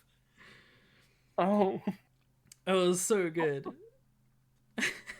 So I'm looking at this, and yeah, there's a lot of guests because there's like a lot of people that were on for one episode. Yeah. So there was Danny John Jules appeared in it once. Who's that? He's been in just a lot of things. He was in like Red Dwarf, Oh. Death in Paradise, just a lot of stuff. There was a few of the characters from the like teenagers from Sarah Jane Adventures. So like Luke and Clyde. I'm like 99% sure that most of the show was just about promoting other shows. Probably because James McKenzie was on there as Raven. Yeah, Dick and Dom, the Chuckle Brothers. Oh my god. But I'm like 99% certain now that basically the premise of the show was someone had the idea of like, oh, we can use this show to promote other shows to people, and they don't even realize they're being promoted to. No one sober comes up with this shit. Honestly, if you told me that Dick and Dom were on something, like, I'd believe you. Those dudes were nut jobs. They had a game called Bogies, which was just, they would go to a public place and take it in turns to shout bogeys, and each time they had to yell louder than the other person. And you lost if you either weren't louder than the previous show or you chose to quit. Yeah. And they had like a volume measuring thing. So, how many episodes do you think there was of Shoot? Like, I don't know. Let's go with like 45. No. How many? Divide that by about 3. Was there really not that many? 13 episodes. Really? I remember there being loads. I remember like watching that show religiously. Who are Dick and Dom? They're a comedy duo in the UK. Think Ant and Dec, but for kids. Yeah, think Ant and Dec, but for kids and like just really English. Yeah. But yeah, the Bogies one was a really good one. I enjoyed watching that as well. That was always funny. They would the one I distinctly always remember is when they went into a university lecture hall, and they got about 3 bogeys in before they were like, "No, we can't do this. I'm out. Like, this is too much."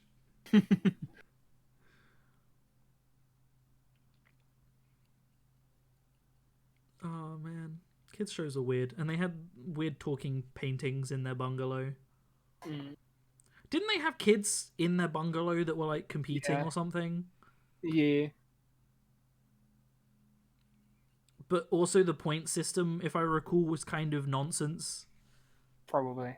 And the challenges were like widely varying. It wasn't really like you were actually competing. It was kind of just like shit happens until it ends. I can't remember. Was there anything else like Dick and Dom? I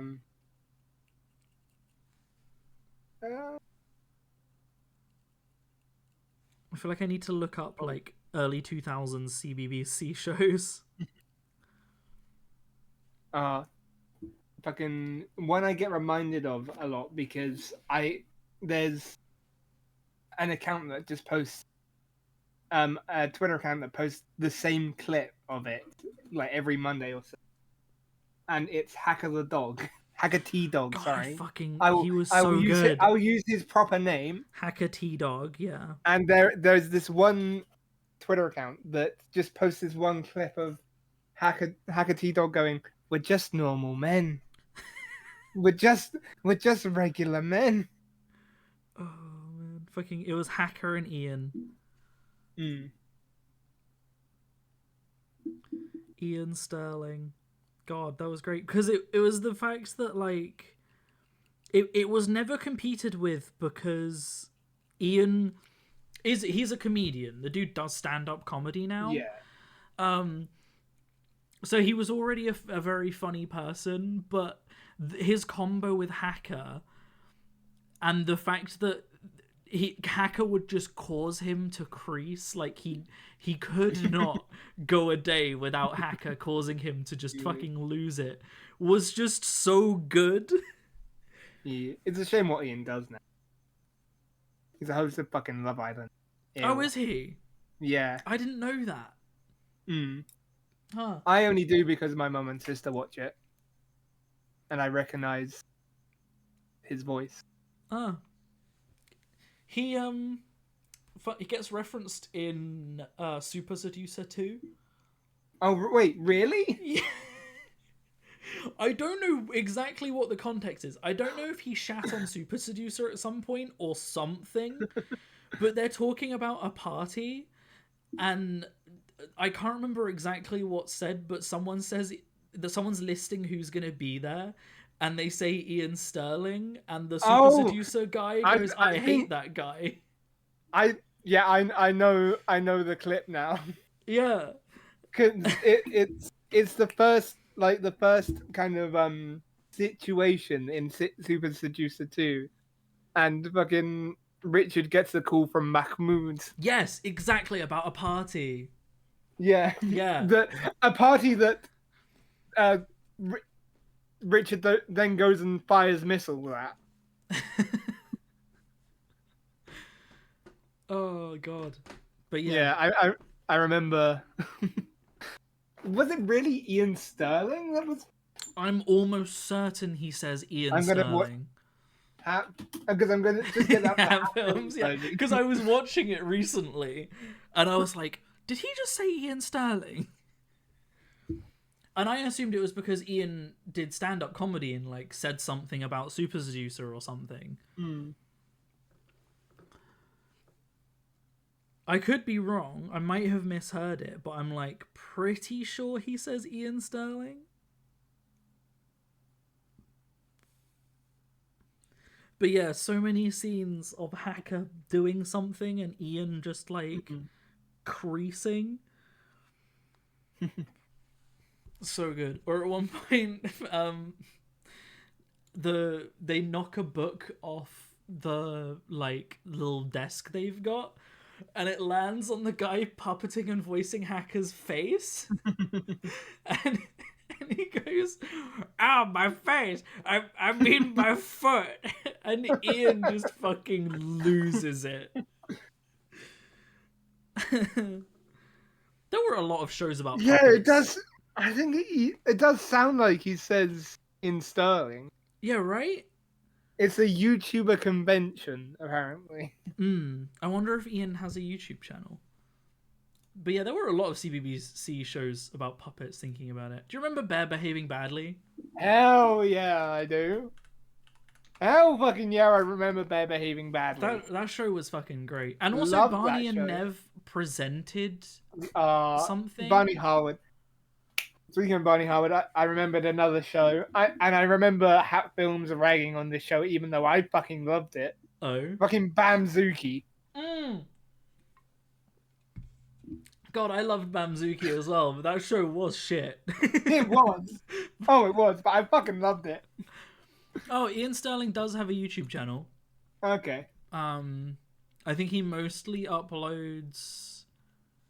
He uploads some of his stand-up routines. Oh, no, he just uploads shit, like...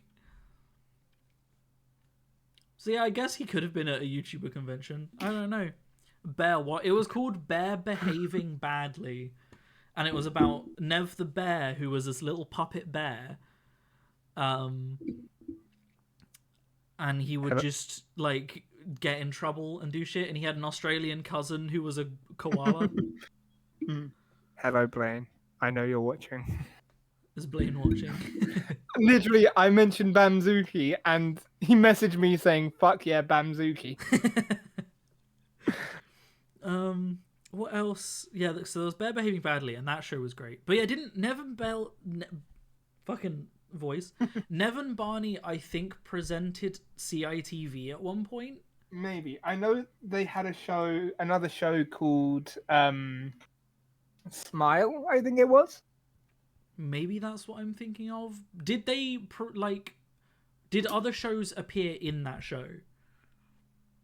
Probably. Because I just remember episodes of cartoons happening interjected with in between by Nevin Barney. Because there was a cartoon called Witch. And I don't know if you remember that, okay. but I think it was about it was. teenage witches or something. So, yeah. And I just remember Barney saying which show is going to play next. And Nev going, which? And Barney going, yeah, which show is going to play next? And Nev going, which? So literally, I opened up the Wikipedia page for Smile. And the first thing my eyes went to was a number of cartoons and other program acquisitions were transmitted during Smile on a rotational basis. Principally, these included Arthur Batfink, BB3B, Even Stevens, Jakers, Legend of the Dragons, The Likeables, and Witch. There it is. So that'll be what So, it yes. was. Wow. Was that on CITV then? Or was it on CBBC? CBBC. Ah. That explains where I got some of the cartoons I consumed. Fucking Batfink. That show is old. That show was already really old. Oh, yeah. You cannot harm me. My wings are like a shield of steel. Wild. And his sidekick, which was very not okay. You know what the CITV version of Smile was? What? The fucking Kino that is Toonatic. Toonatic, yes! God. Amazing. What was Batfink's sidekick called? I No think idea. he was I've watched literally like one or two called episodes. like...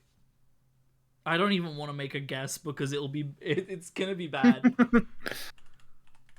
Batfink. So the first search result that comes up is Batfink's sidekick. Oh no. He was called Karate. Oh, the Wikipedia picture of I'm going to Google images. Oh no. Oh, okay, yeah. Yeesh.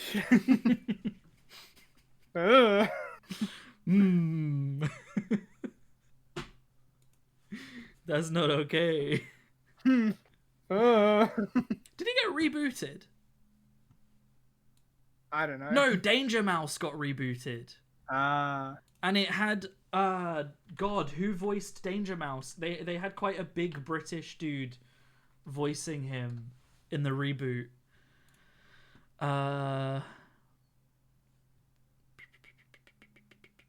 Where is it? Alexander Armstrong.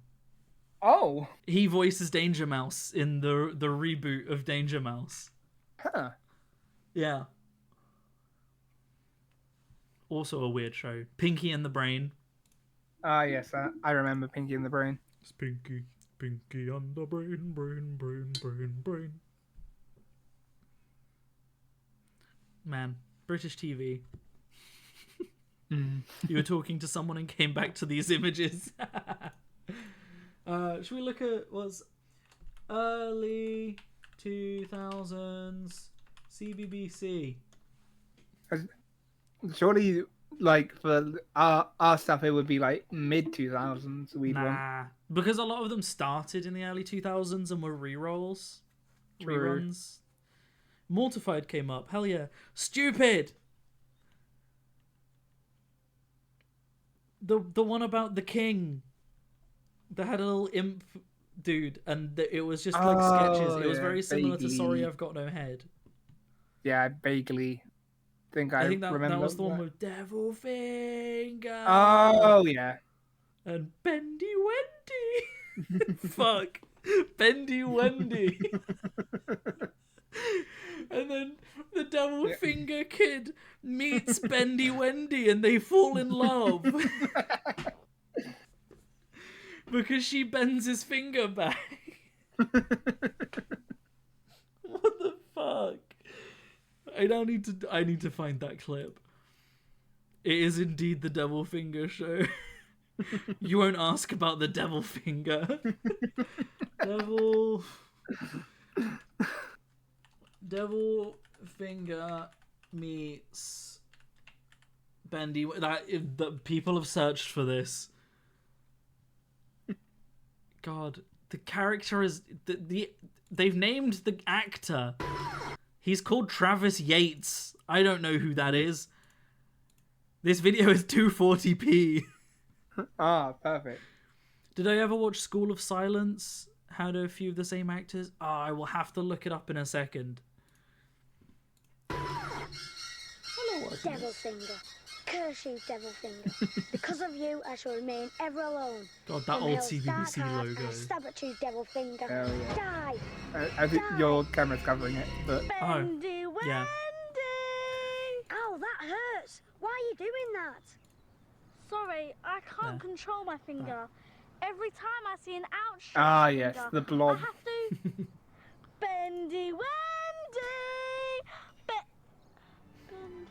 Bendy Wendy! Bendy Wendy? Devil finger! Oh, Bendy Wendy. Devil finger! Bendy Wendy. Devil finger!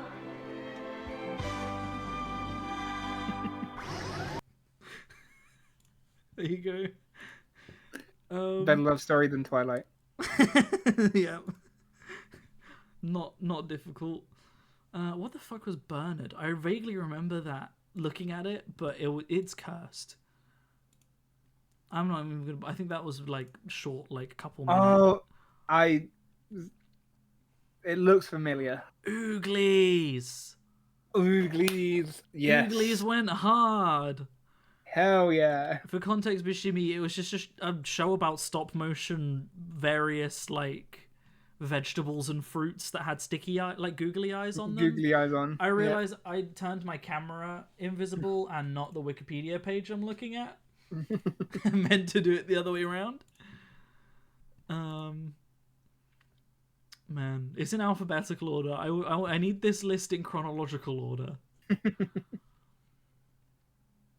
Do you remember Rasta Mouse? It was a little bit after our time. Yeah, I remember of it, but I remember like it getting complaints from parents that were complaining that their children were talking in Jamaican accents. like Peppa Pig with fucking Americans. Yeah. Did my camera get bent slightly?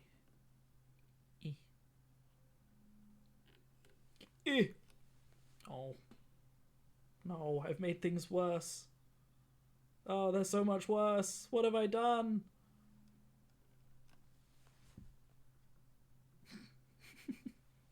Somehow, I've just made things worse. Oh. You know, I think that's exactly where it was before. Why was his finger evil? It was so. There's this Devil evil Finger. king dude who had a button, and he would watch clips of people, and he would press this button, and people would do weird shit. So he would press a button, and Bendy Wendy would bend people's fingers. He would press the button, and Devil Finger would interfere with things. There was a headmaster who he would just make go batshit. What else? I can't remember what other things appeared in it. I need to look up School of Silence, don't I? School, because I don't recognize the name. It sounds like a horror film. School of Silence. I don't recognize that at all. Or do I? I really distinctly recognize the science guy with the puppet.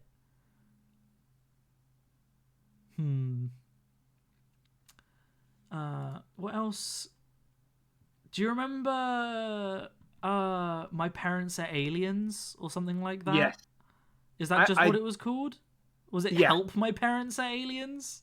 I think it is. I think it is just my my parents are aliens. My parents. Something along- Yeah, I don't think I actually watched it, but I know of it. I did. That was weird. Oh god, that guy looks familiar. So does he. These two people look really, really familiar. Was he in the fucking Basil Brush reboot that was on TV when we were What? kids? Uh, Do you know I mean, what I there's- mean?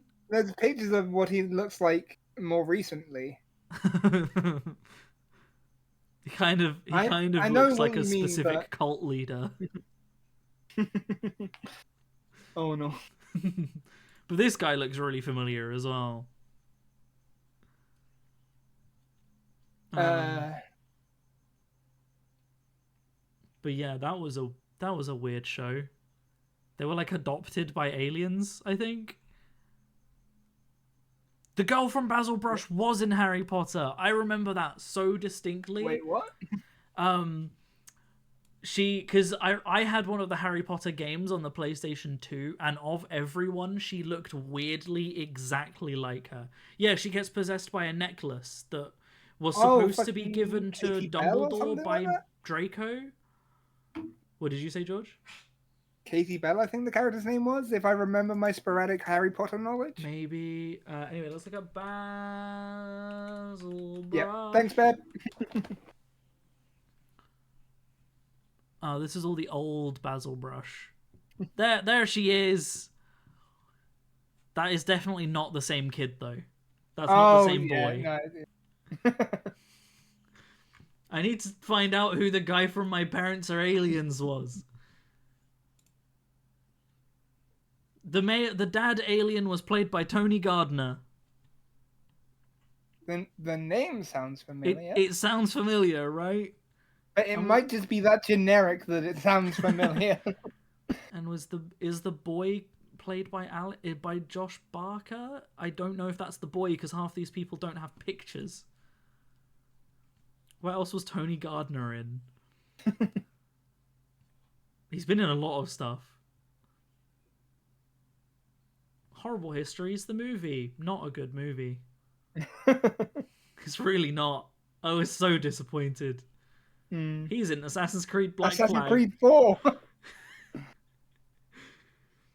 Am Am I I high? High? He's the Prime Minister in Am I High? Oh my god, of course he is. Wow. I say that, actually. I don't remember that at all. He was in it for one episode, so I'm realizing I'm definitely not thinking of of that. Basil Brush is the goat of British TV. It was fine. I did watch it a lot. Yeah, I don't recognize like any of this. I do remember they make a reference to the kid is in a few things. They make a reference to the Italian Job or whatever it's called. When he blows up a shed with his laugh and they go, "You're only supposed to blow the blooming doors off." Oh my. Yeah. That's a thing. But on the same vein of My Parents Are Aliens, there was another show, and I cannot remember what it was called, but it was about their parents had a trigger word, and if the trigger word was spoken, they became immature children. What? And I don't remember what the show I don't was remember this. called. I don't remember this. Beb, do you remember this? I'm shouting. I don't need to shout. So Blaine remembers. I'm looking at. Does Babe, do you remember what it was called? Apparently, S Club 7 had a TV show. Okay, cheers. I'm gonna have to look through this whole list, aren't I? Oh my god, Count Dracula. Young Dracula, you mean? Yeah, I You do remember mean Young Dracula. However, there is Oh, apparently yeah. also. Oh no, the show's called Count Duckula. My bad. Oh, okay. No, a different show. Young I mean, Dracula was considering I'm on a great as list well. that is 2000s CBeebies shows, Count Duckula aired from 1988 to 1993. Why is that on this list? Super Duper Sumos? I vaguely remember that as well. Weird. Dennis the Menace, also great. Classic. Not to be mistaken for the American show Dennis Not the to be, Menace. yeah.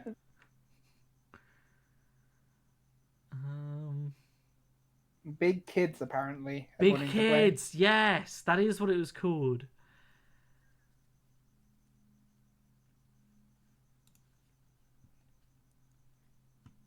And yeah, basically, the parents would become children, and their kids would have to babysit them, and they would just get Yeah. up to shit.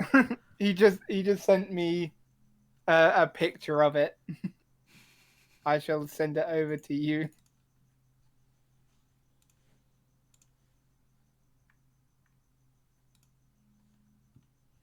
Yep.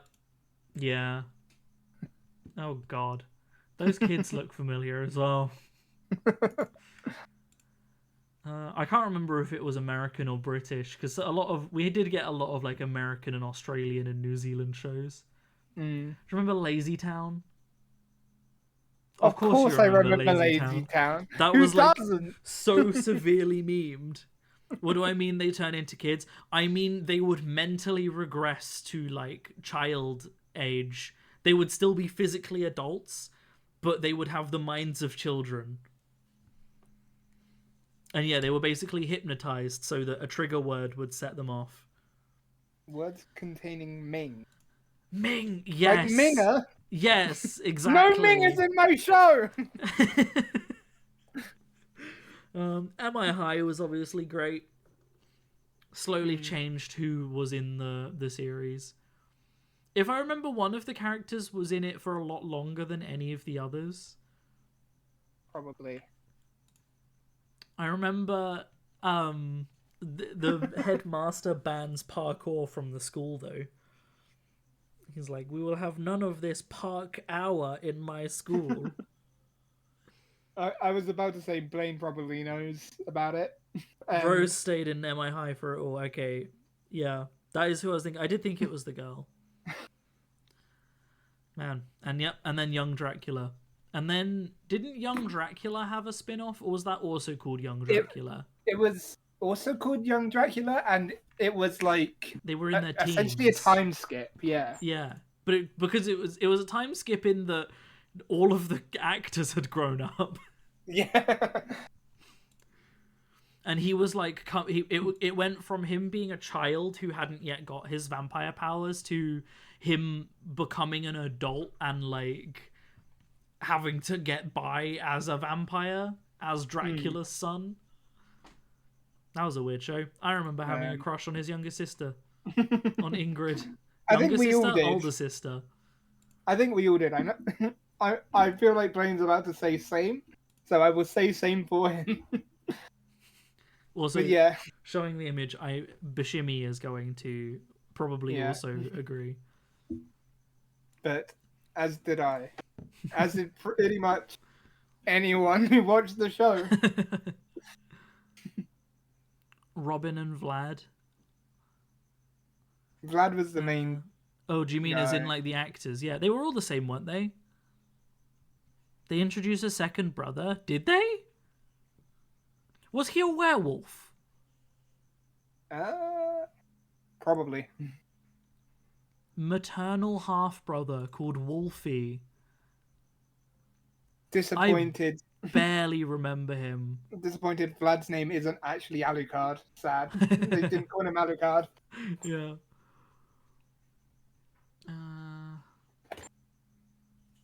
Wait, I'm sorry. Wolfie is Ingrid's younger maternal half-brother and Vladimir's younger maternal step-half-brother. He was born in Baby Dracula and eventually named Barry. What? Where did that name come from? Fucking Barry, innit? Why was he named Barry?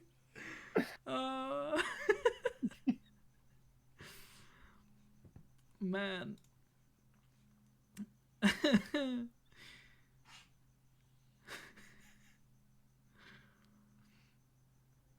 I'm trying to remember what other shows did we watch? I don't remember a lot of these. A lot of these also definitely weren't CBBC. Like The Simpsons. When did that ever air on CBBC?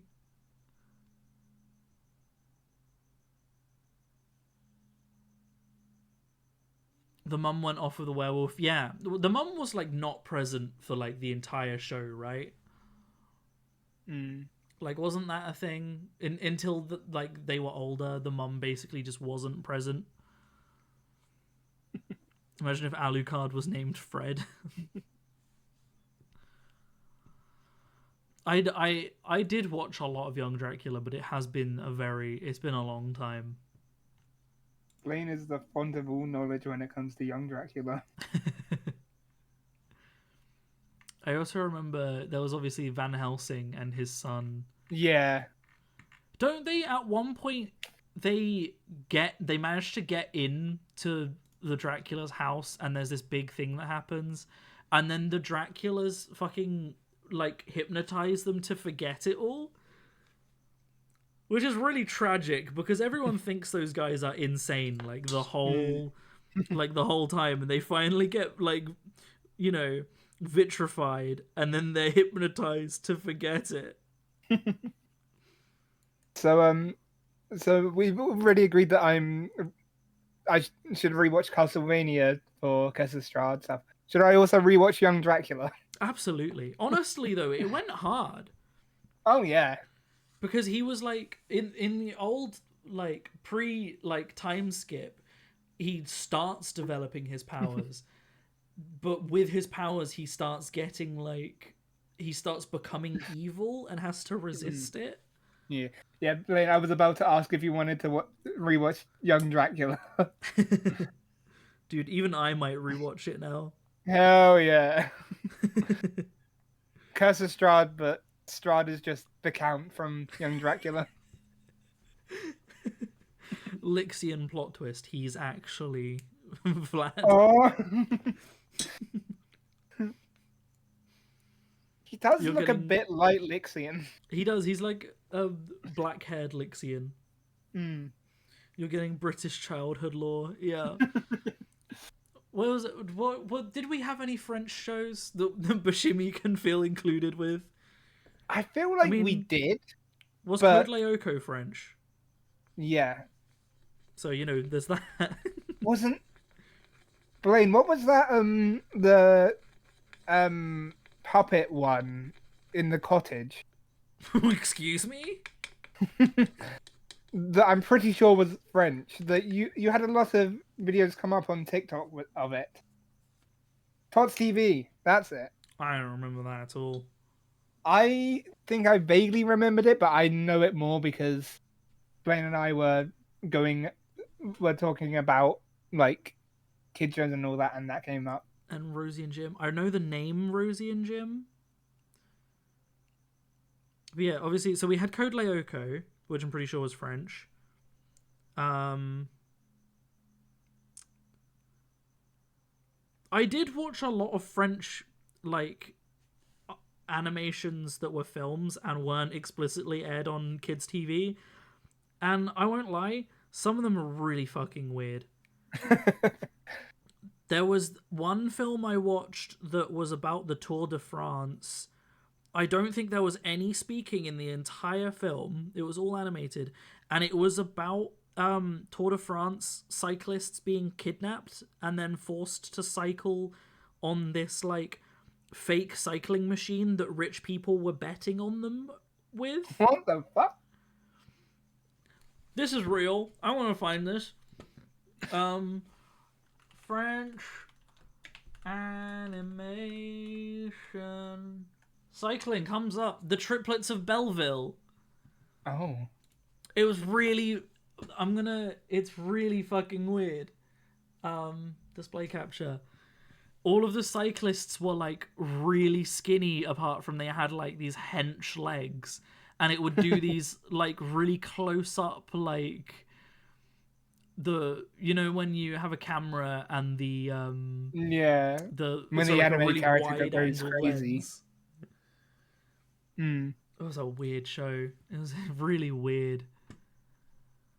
And I think Ruben, was it called Ruben something the Collector, I think. Was it Ruben Rem? No, God, what was it called? Ruben Collector. Ruben Brandt Collector. I was close with Ruben Rembrandt.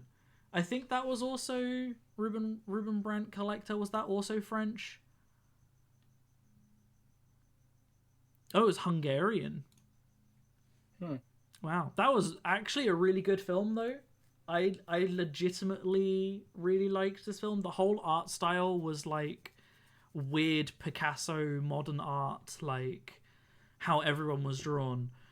But it wasn't like they were just drawn like that. It was like they were actually like that. So basically, Ruben Brandt, the main character, was a criminal therapist. But he didn't like he wasn't a therapist in that they were trying to stop committing crimes. They had problems preventing them committing crimes that he was trying to solve. So like there was a cat burglar who was completely flat. He was like Flat Stanley style flat. And he had an eating disorder that was causing him to eat too much food, which was making it difficult for him to fit like under doors and between cracks. So he was visiting Ruben Brandt so that he could get over his eating issues and continue stealing. Oh. And it was like stuff like that. It's a really weird film. Really good though. And basically the main character is being haunted by paintings, and all of the criminals that he's the therapist for like steal these paintings for him to help him get over it. Really good film. It has a like jazz cover of Creep by Radiohead in it. Huh. And it's really good. Like one of the characters is just sat in a bar having a drink on a phone, and in the background there's a woman singing Creep but like jazzed up. It's just a really good film. I think the whole thing is set in France, which might be why I was thinking of that. Weird Indeed. I don't know how I discover some of these shows though. I think it was just on Netflix and I was like, that looks weird, I'm gonna watch it. Yeah. Anyway, any other weird shows you can think of, George? Or just shows you want to talk about? I don't fucking know. God, I probably, but none coming to mind now. none coming to mind. Was there anything like Tracy Beaker, like weird dramas with kids playing the mains? I can't think of any. Once again, probably, but I can't think. None are like appearing. None are materializing in my brain.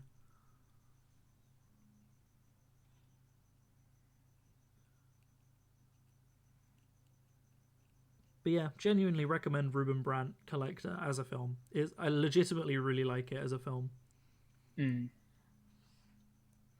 Does the bottom of his scythe, does that look like it would be a little metal nodule? The whole thing looks mainly wood. I'm going to do it kind of stone because it's lava-y. But that looks like it might be a little metal weight on the bottom there. Yeah. So I might do that metal. You know, when I was like, who knows if I'll actually get to airbrushing stage. I'll do the other models if I do. Mate. That was optimistic. This stream should have been called ADHD person tries to paint a mini for 3 hours. This is why it takes me so long to paint my armies. Mm. Because normally I just watch something. I haven't had music playing for like the last however long. How old was I when I watched all of these shows? Most of them, like, yeah, probably between like ages 7 to like 15. The weirder films, the Ruben Brandt Collector I watched at an older age because it's a newer film. The cyclist one, the Triplets of Belleville, I think I was like 12.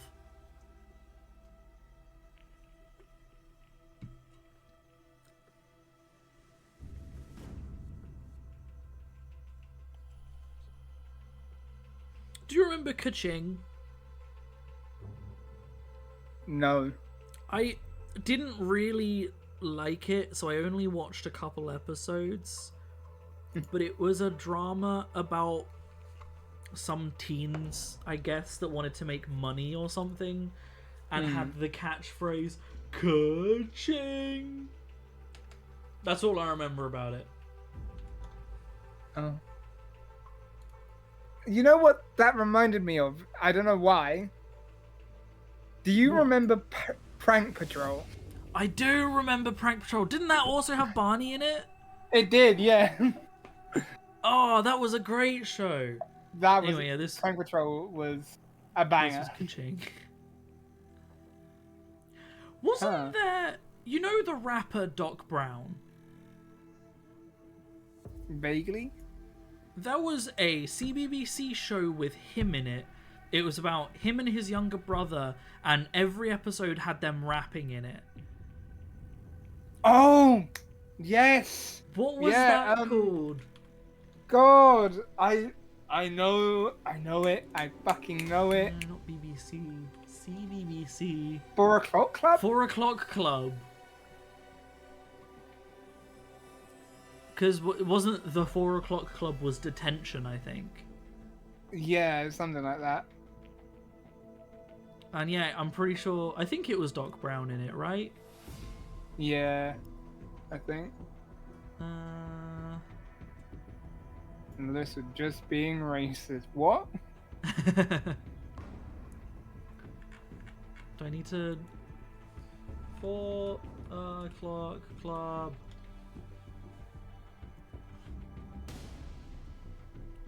Is that his name? Is that him? Is that who I'm thinking of? Wait, if you go up, there is Doc Brown there. I don't know if it's just related. Where? Oh, yeah, no, Actors it is. Yeah, older brother. Nathan Carter. Because the younger brother's Mm-hmm. called Josh Carter. Who the hell was Dexter Harris? But yeah, it did have Doc Brown in it. There you go. Which was kind of weird because he was already kind of a successful rapper, right? Yeah. So I don't know why he was starring in a show. He's been in a lot of shows, actually. Ben Bailey Smith.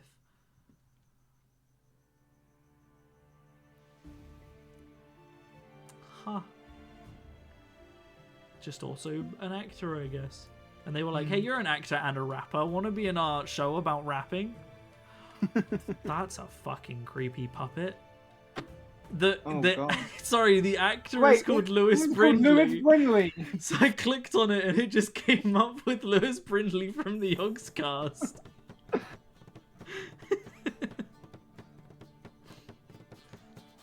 Incredible.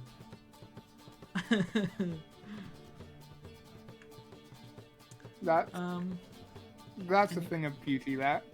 Yeah. Anyway. You can't believe you thought the Devo thing was cultural whiplash. Oh boy, was I wrong. Welcome to my streams.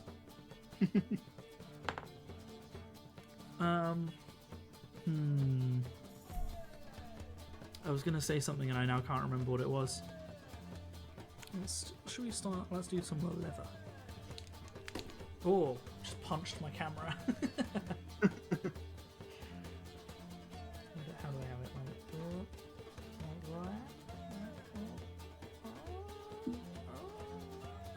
Yeah. Oh, yeah. There we go. That'll do. Get that paint shaking ASMR in there. Oh, Fucking devil, mate. do you think it's dead? Do you think he's dead? Do you think he's dead?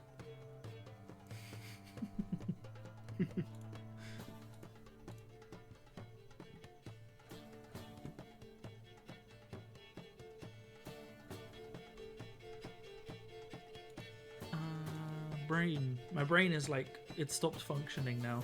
Too much British TV. There was a weird kids show that was on CBeebies. It was a bit after our time.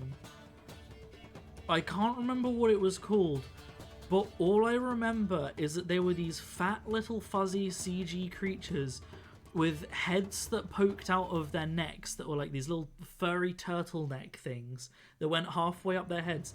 And they had these bold little heads that just really looked like cocks. They just looked like foreskins. That's triggered something in my brain. Yeah, I don't know what it was. What, But what was it called? No, God, that is. Oh my God, yeah, there's some memory there of that. Babies. Weird CGI baby things. Did you know that the Teletubbies had babies? By the way? Yes. Yes, I did. Which means that canonically the Teletubbies They have breed. fucked? CBeebies. Okay, weird CGI baby things didn't bring anything up.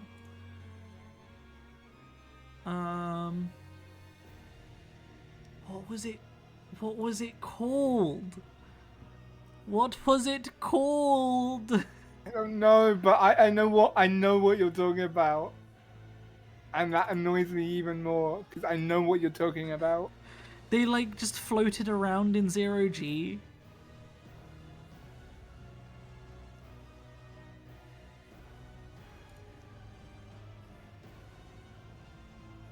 I will find this show. I will do it.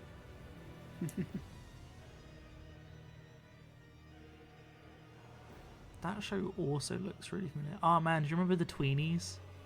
Hell, of course I do. I used to love the Tweenies. There's one episode where he throws up and it for some reason always scarred me as a child. Like I really couldn't handle it for some reason. I'm now just on lists of like CBeebies shows. What was it called? There's so many I recognize now. It's bringing back things that I never wanted to bring back. Oh, I forgot the Annoying Orange also got a TV show at some point. It did. Yeah. Oh, So did Fred. okay. Fred got a whole ass movie. I know. Fred got a fucking movie. What was this show called? I'm gonna start screen sharing again as I go on this dive. Oh, Charlie and Lola was a good show. Hmm. This Are you- image is so low res. Hmm. Is this what music is this? Yeah, Elden Ring music. I thought it was.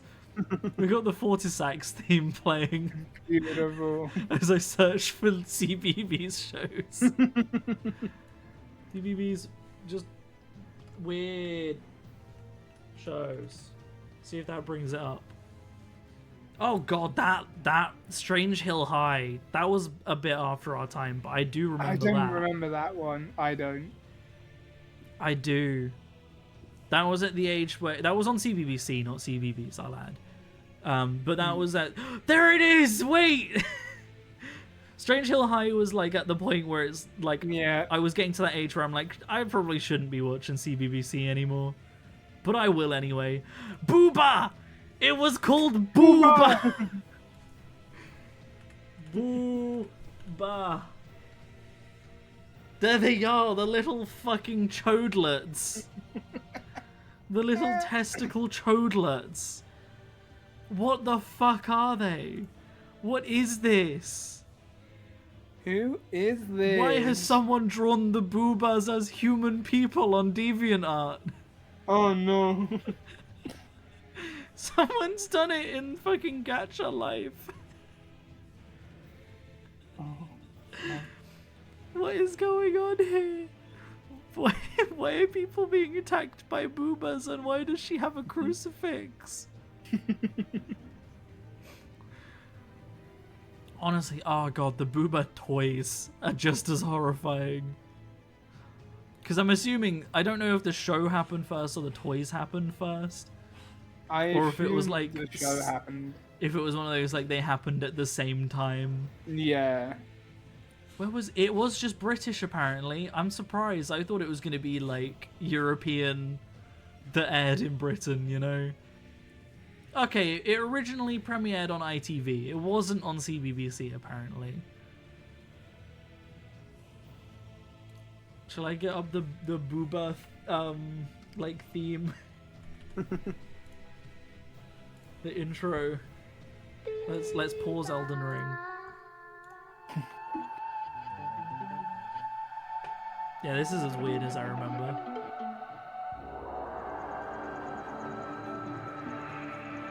Booba fandom goes strong. It does apparently. Why are there children? Why are they jumping? What are they doing? What is this?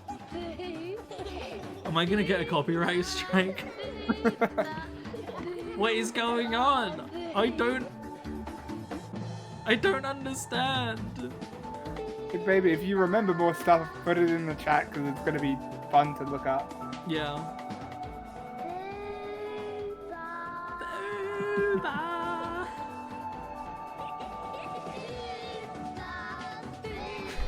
What is this? You can't film kids saying boob today. Booba.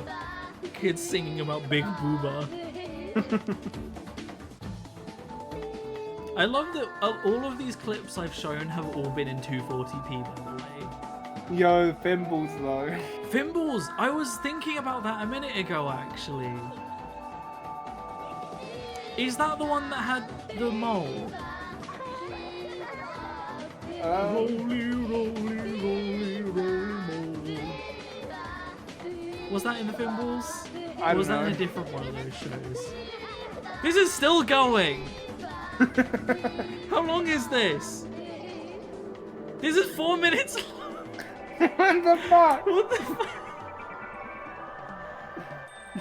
Okay, wait. No, I think this is actually 4 minutes long. It doesn't just go into the show. It might do. This is still looking like... This is still... The The multiple Booba- stories. Yeah, Rolly Boat. He got his own spin-off. Ah, The Booba heck family is dying. Repost if you're a boob.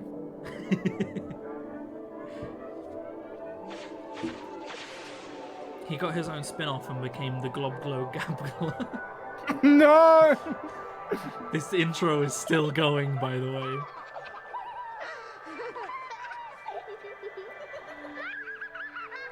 What was the show about weird CGI numbers?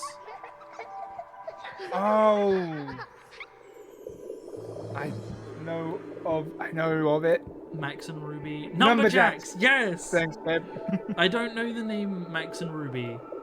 I've not heard of that one. This is still apparently No. the intro, by the way. It's still going. There they are! How long? Why is it so overexposed? They've got names! One of them was called Big Bing Zing Bar.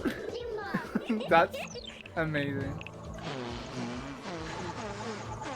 And yeah, they all fart out of their little... What is going What is going on?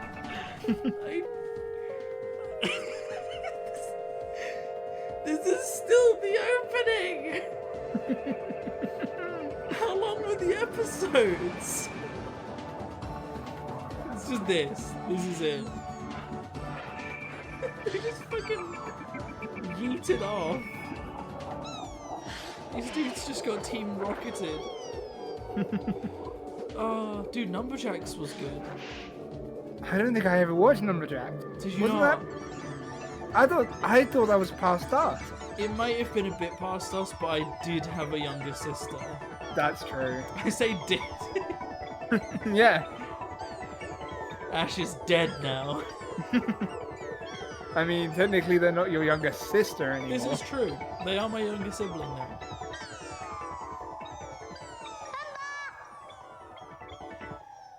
Look up the channels Tiny Pop, Girl Pop, and Pop Max. I don't know if I want to. It's done. It's over. Numberjack. I remember the Numberjacks being fucking terrifying. Also, was it Mr. Maker that had the shapes? Yeah, this show was horrifying. They had like objects would get animated and they'd have to defeat them or something. And they'd need to find the number of that number to send it in. God. I'm not gonna watch this full episode, but this one's in higher quality. Also, a lot of the numbers, if I remember, very much had like child's minds. Probably. Oh yeah, they live inside the sofa.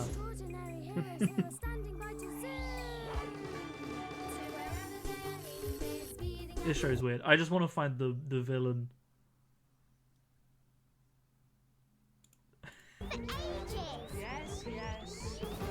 Yeah, they would get little video calls from children that are like, things are going wrong. This on the screen.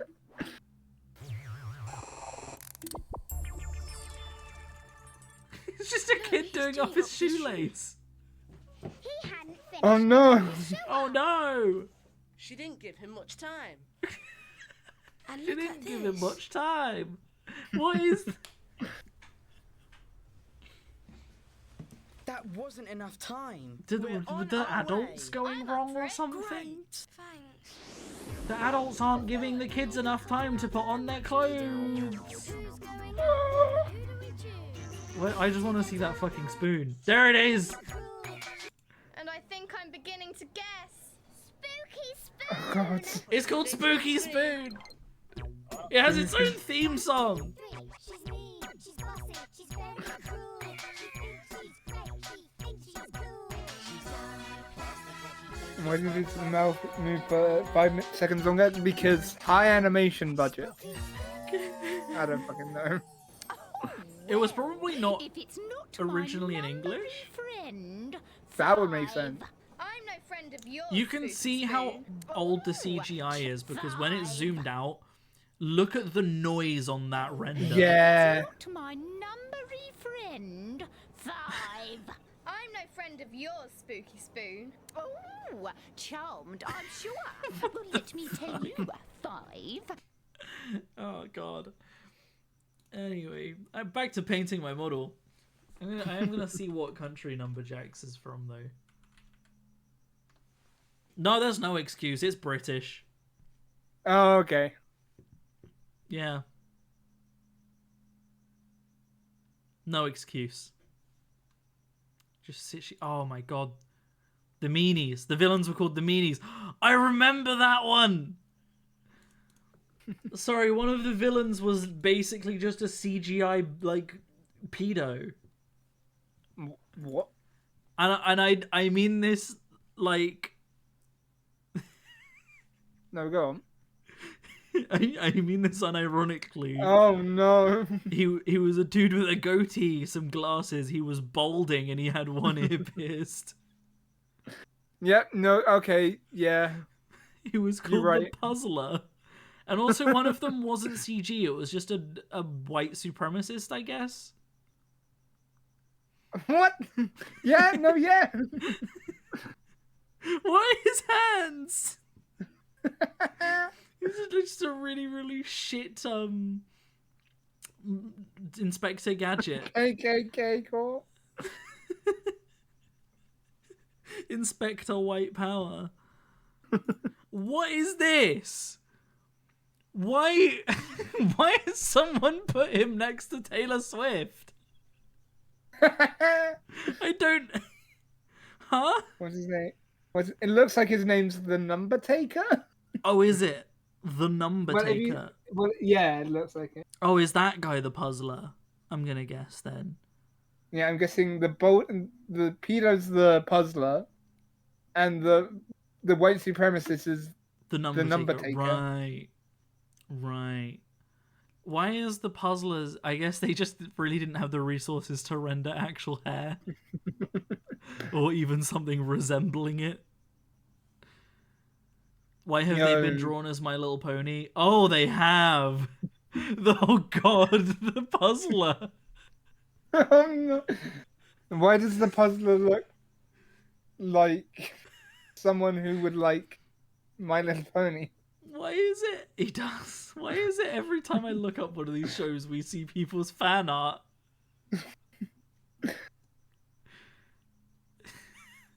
Why do people have Numberjacks OCs? They're numbers.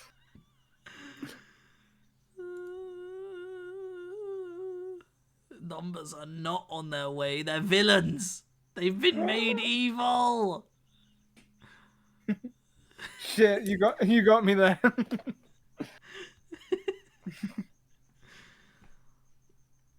Man, oh, was there a Numberjacks game? Do you remember the CBBC games? Some of them. I used to play some of them way too much.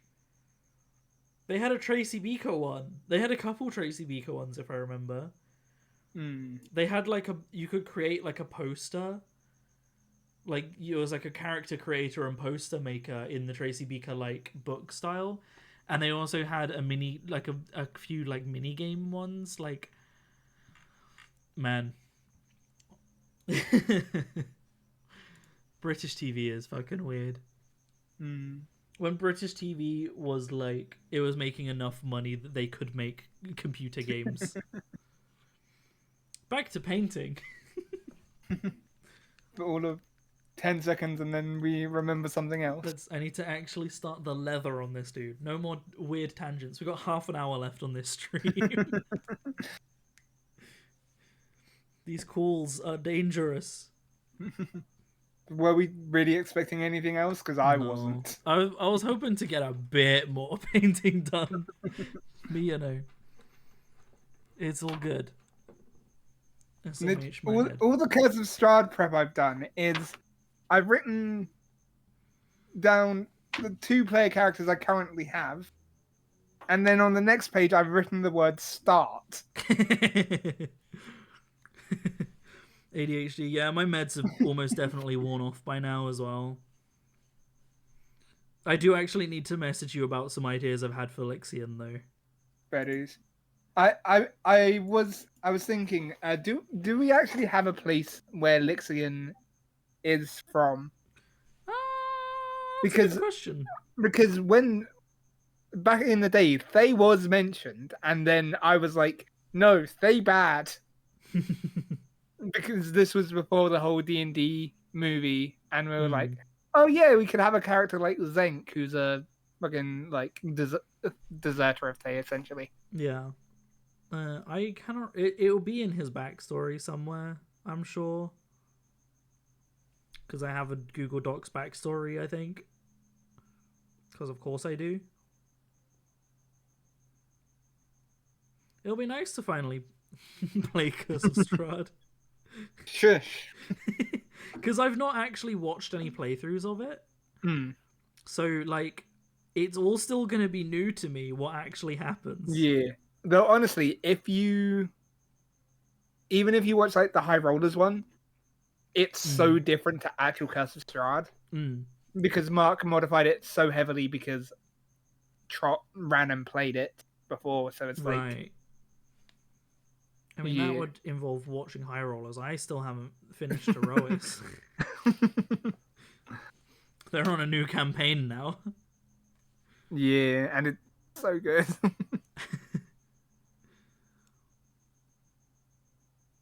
But yeah, I will have to. I've got a few ideas for Lixian that we'll have to like Hmm. bring to fruition. Painting. I become suddenly really bad at talking while painting. Hmm. This is the problem. I can't do both at the same time. we get painting or we get numberjacks. Yeah, We babe. cannot We have should both. we should carry on from midway through the first episode that we started watching together. No more music? Oh, that's a valid point. I paused it, didn't I?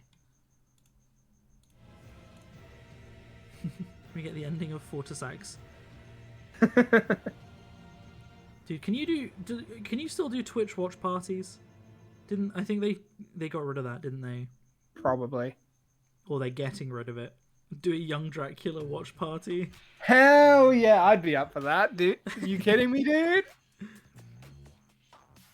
I think you can still do it in that you can like not show it and like people just watch along. Yeah. And that would be great, honestly. I think we should watch Fit on stream. Oh no.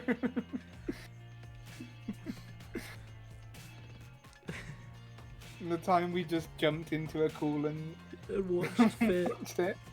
Why did we do that? Because why not? I still can't remember if we actually bought it or if we watched it on YouTube. God, I don't know. Because if I recall, I couldn't find it over 360p on YouTube or something. Although I did find out that on Amazon, it's only 720p. Like the official upload where you can buy it isn't 1080p. Mm. So Well, is I- it even watchable 'cause- anymore? What, Fit or Young Dracula? Young Dracula, I'm gonna assume. I don't think. Probably not on Blame like knows. iPlayer. But on YouTube, I almost I don't guarantee know it's if- fully yeah. uploaded. I don't know if Blaine knows what fit is. Yeah, that was a very unique to And our that- school thing. And It's you know probably a what? good thing. That's a blessing. I think, to be fair, don't a lot of the CBBC shows have their own dedicated YouTube channels now? Probably. Like, I think there's a dedicated Horrible Histories channel. Hmm.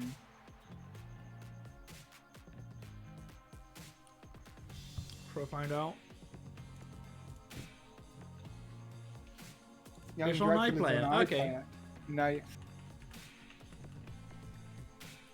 Technically, I can't watch iPlayer because I don't have a TV license. Someone has uploaded Young Dracula all seasons to YouTube. Let's fucking go. There's 70 episodes. Damn. Seasons 1 and 2 they couldn't find higher than 480p apparently. No. However, after that they should all be maximum 720. Hell yeah. There's 5 seasons on iPlayer. There are 5 total seasons, so Is that including like the second version of the age Young up, yeah. Dracula? I think there were Okay. 3 seasons of like young Dracula, and then 1 or 2 of old Dracula, Old young. old young Dracula. I don't think it was as popular, if I remember. However, Ingrid was hotter. Oh yeah. There were Ingrid, and there was another character on British TV who had that edgy emo look, who was also hot, and I also had a crush on as a kid. And you want to know who that was? Who? Morgana from the show Merlin. Oh fuck yeah, dude. Yo, Merlin slapped as well though. Merlin was so good. Merlin. I think in like year 9 or something, for like one term in English, we had to do one of our like things was on an episode of Merlin. Mm. So Amazing. we just got to watch Merlin in English, and it was great. Damn. Jealous. I remember in a history class or a class of some kind, a teacher told us we were going to watch Horrible Histories. Everyone got really excited, and then it was that show from like the 80s. Oh, It was either a show or it might have been a series of films. Either way, it was not the Horrible Histories we were expecting, and we were all very disappointed. damn.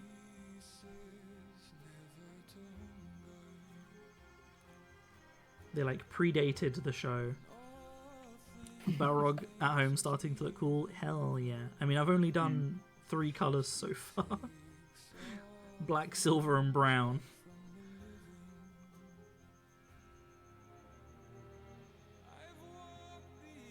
What song is this? You fully expected Raven of Raven. Your history teacher played a Weird Al song in lesson. Hell yeah. Oh, this is a song from... I feel like this is copyright. It's got Hosier in it. It's for God of War. I'm gonna skip it. My Twitch is being weird on it now. Won't let me unmute the stream. Oh, strange. Oh, Leo is pause it. home. Or do anything on those buttons along the bottom. Hello, Leo. Hello, He's Leo. trying to leave.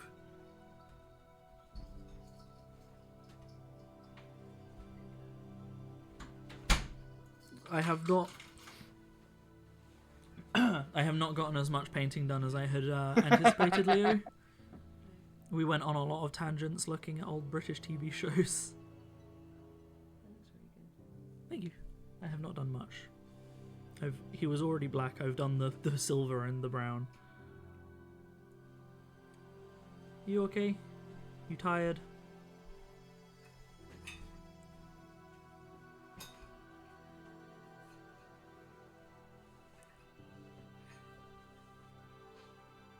I am very warm. I am incredibly warm. I don't know why.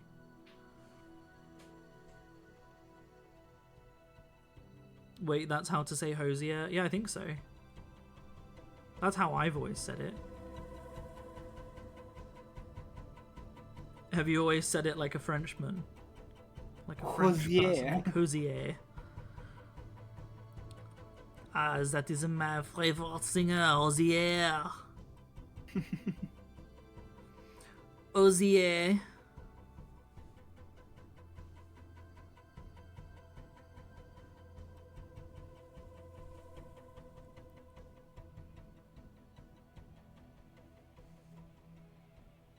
Hoisia. Weezer. Weezer. Weezer? Weezer. I barely know her.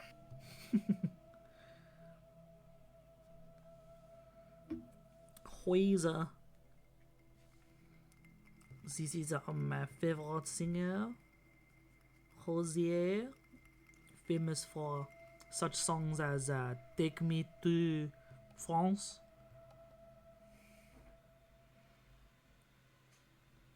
What's French for church? Take me to Le Church. Translate. Le church. I went to French class. Take me to Le Église. Église. Église. Église.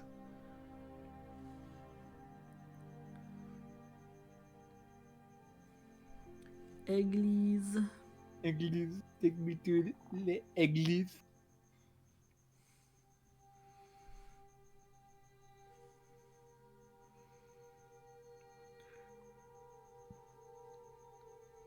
I pray like a chien. I'm pretty sure that's French for dog. think so. One of the few French phrases I can remember to this day is "Le chien le dans le feu." Le chien c'est dans le feu? Fuck. It seems like you don't remember it, I my don't. guy. Le chien c'est dans le feu, I think, means the dog is in the oven. What? A phrase that I have needed many times in my life.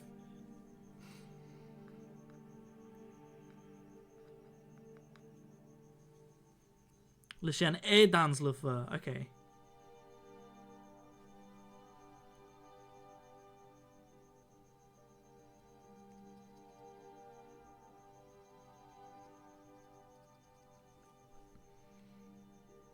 I can't remember what say is.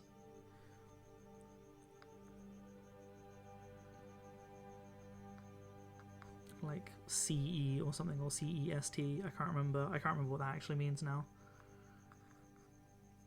Just means like that or something. Oh, it's. Okay. I thought it was something like that.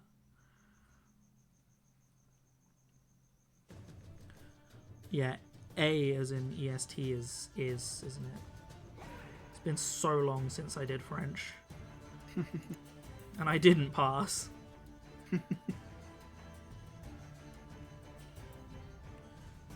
I couldn't get past the soft C's with the accent. Yeah. Kest. Witcher music, let's go, hell yeah. Witcher music goes hard. I don't know if it's that song. It's not that song. That is a good song though. All songs from The Witcher sound like that, really. Honestly, Witcher music goes so hard. Hmm.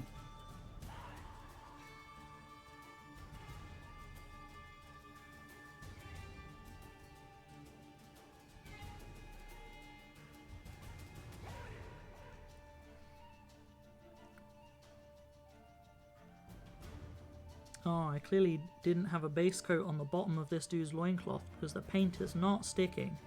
Damn. And here I thought you were good at painting. I know, well I did all of his base coat with airbrush, so... Oh no, it's kind of sticking. Maybe I did manage to get up there.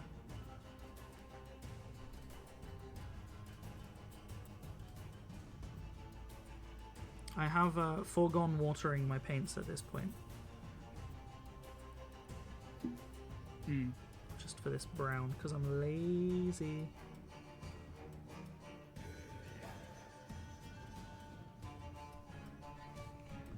French accent acts as military grade encryption. I totally understand.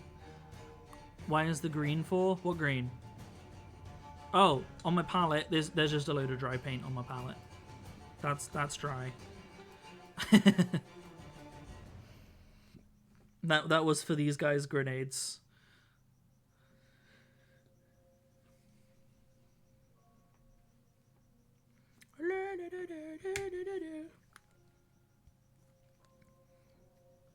But yeah, honestly, French, it's actually not that bad. Like I'd rather, if I was like from a different country and didn't speak either English or French, I would find it easier to learn French than English, I think. Oh, yeah. Because English just changes its rules constantly. And also we get taught a lot of rhymes and things that are just wrong. Like, I before E except after C just isn't actually a rule. Yeah.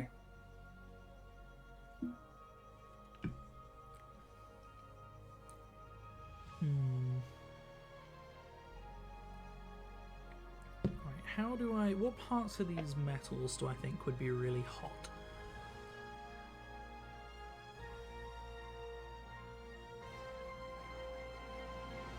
I'm gonna do his shoulder plate. I reckon the middle of the shoulder plate at the base, like the spikes won't have gotten too hot, but the part of the shoulder plate that's attached to him, I reckon would have heated up from the middle and radiated out.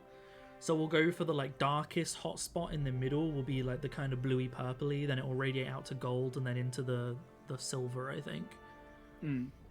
But I'm gonna do the gold first because I think it'll be easier to go on top. You wish you had the time and resources to learn Farsi or Arabic, really beautiful languages. Honestly, I wish I could learn a language. I'm not good at it. I've been trying to learn Japanese for so long and I have not got very far. No. Tomorrow mark day 365 on Duolingo for me. Hey, I'm over a year It's as well. It's actually over a year, but I've missed probably about 10 or so days. Did I ever put a BB in this paint? I don't know.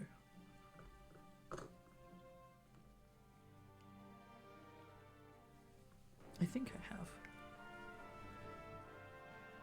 But yeah, learning languages is hard. I just really wish that the English education system focused on it more than it does. Like, the UK has such a huge problem with being so culturally closed off from the rest of the world, and we do not help that fact by the fact that we just don't teach anyone how to engage with other cultures. Like, you have to actively make the decision to go out and learn to speak another language.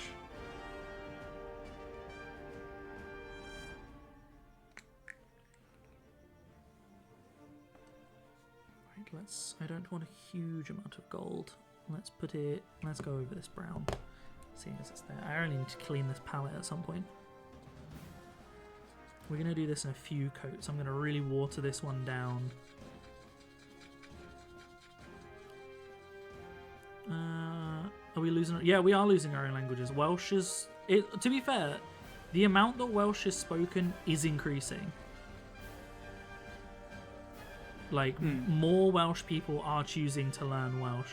We've had the same issue with, like, Irish and... Is Irish Gaelic or is Scottish Gaelic? Or are they both, like Irish and Scottish Gaelic? Both, yeah, it's like Irish and Scottish Gaelic, I think. Yeah, I think they probably have their own names for them. But yeah, both of those are also, like, quite underspoken languages. We can blame that on the British Empire. Hell yeah.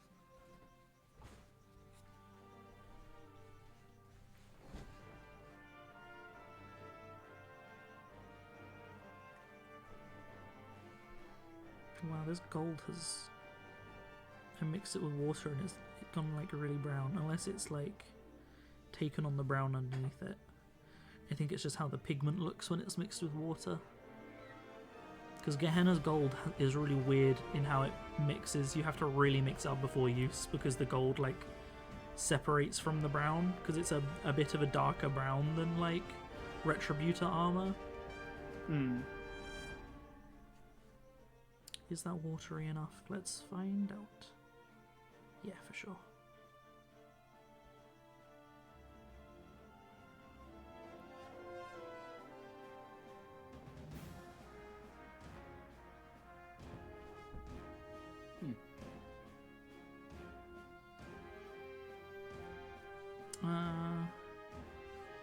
They have different pronunciations, can't remember off the top of my head. There's also Scots, which is a mix of Scottish slang and English, and there are books published on it. Wow.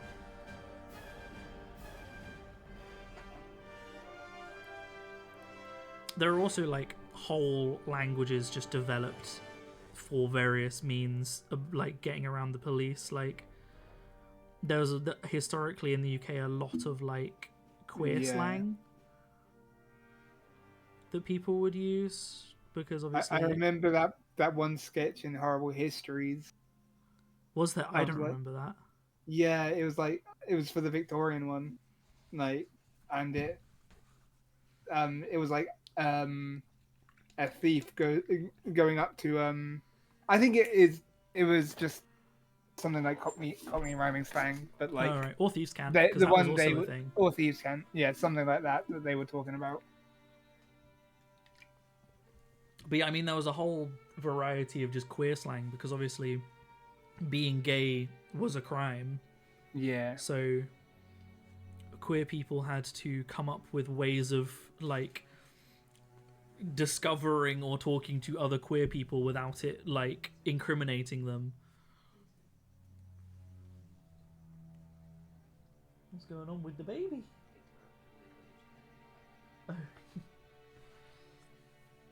You look so dark in the background because there's so many lights. The background is so dark. What are I'm trying to remember what slang there was. We have a famous record company in the UK that's named after a piece of gay slang. That was a funny noise. But yeah, do you know the not record company, record label? Even earlier, just got sneezed all over. The record label Rough Trade. Yes. Who took on a lot of punk bands, early punk bands. I think they were one of the first record labels to give people a proper, give artists a proper deal with their music, which was interesting. At least there was when I was up there. I don't know if it's still up there. Still is, but there's a Rough Trade shop in Nottingham. They were, I think, one of the first record labels to go to artists and go, we will split your profits for your music 50-50. And they took off, immensely from it. I think Rough Trade is where I went to see Area 11 in Nottingham. Oh, is it? Yeah. But yeah, the term rough trade is actually gay slang. Between not too short for Nottingham. It's a piece of gay slang that basically means a closeted homosexual that may be violent. Oh. So it was not uncommon for an openly gay person to hook up with a closeted gay person, who would then assault them afterwards or beat them up because they were closeted and blamed the gay person, I guess. And that gave birth to the term rough trade. Huh. So there's a fun fact for you. Little bit of gay history.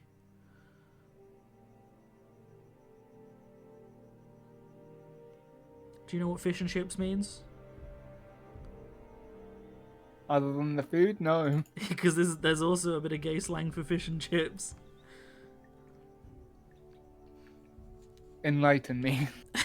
It's also kind of depressing, actually, for you bushing me there. Fish and chips is the name of a gay man's wife and child that he has to cover up the fact that he's gay. Oh. Yeah. This is a fun subject, isn't it? Sadly, though, a lot of gay slang is kind of around, being gay was illegal, and so a lot of the gay slang is about, around that. Where else would be hot on this guy's metal bits? The chains I'm not gonna do. I think they'll be fine just being shaded and rusty. Maybe the gauntlets will touch up some of the bits and make them look a little bit hot. Like they have been hot. What history in general is depressing? Yeah. I'm trying to think what other gay slang I actually know. A lot of it I got from a Tom Scar video, interestingly. Oh. He had Jacob Truman in a video, and he played a game called That's Gay, where Tom had to guess if slang he was given was gay or not. It's kind of covering up the fact that that's meant to be metal. I could potentially do all of the hotness and then maybe slightly dry brush a bit of lead belcher back on top before I do all the shading and rusting. Might work.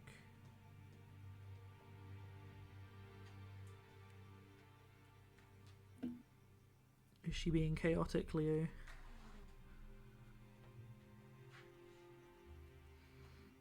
Beep, beep, beep. Tell me your favourite gay slang at home. Do you have a favourite gay slang, Leo? No.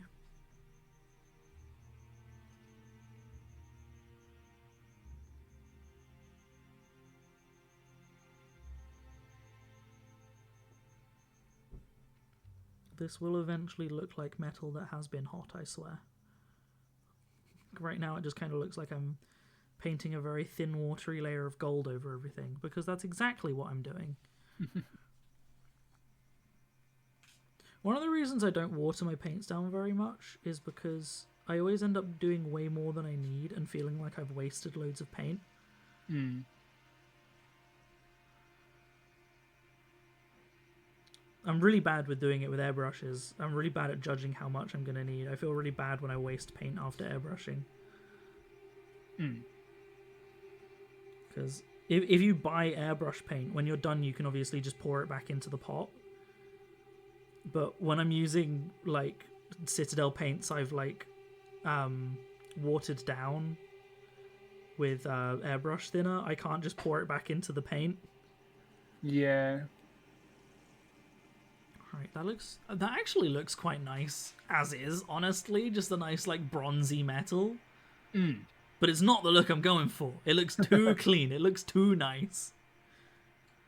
But right, I'm gonna let that dry before I move on to the next step. So I'll do a little bit more of the leather.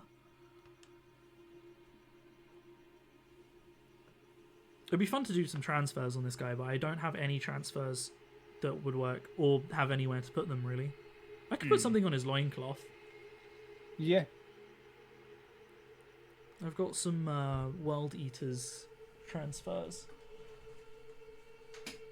Although I don't know if we'll get to that this stream. But one of these would probably work.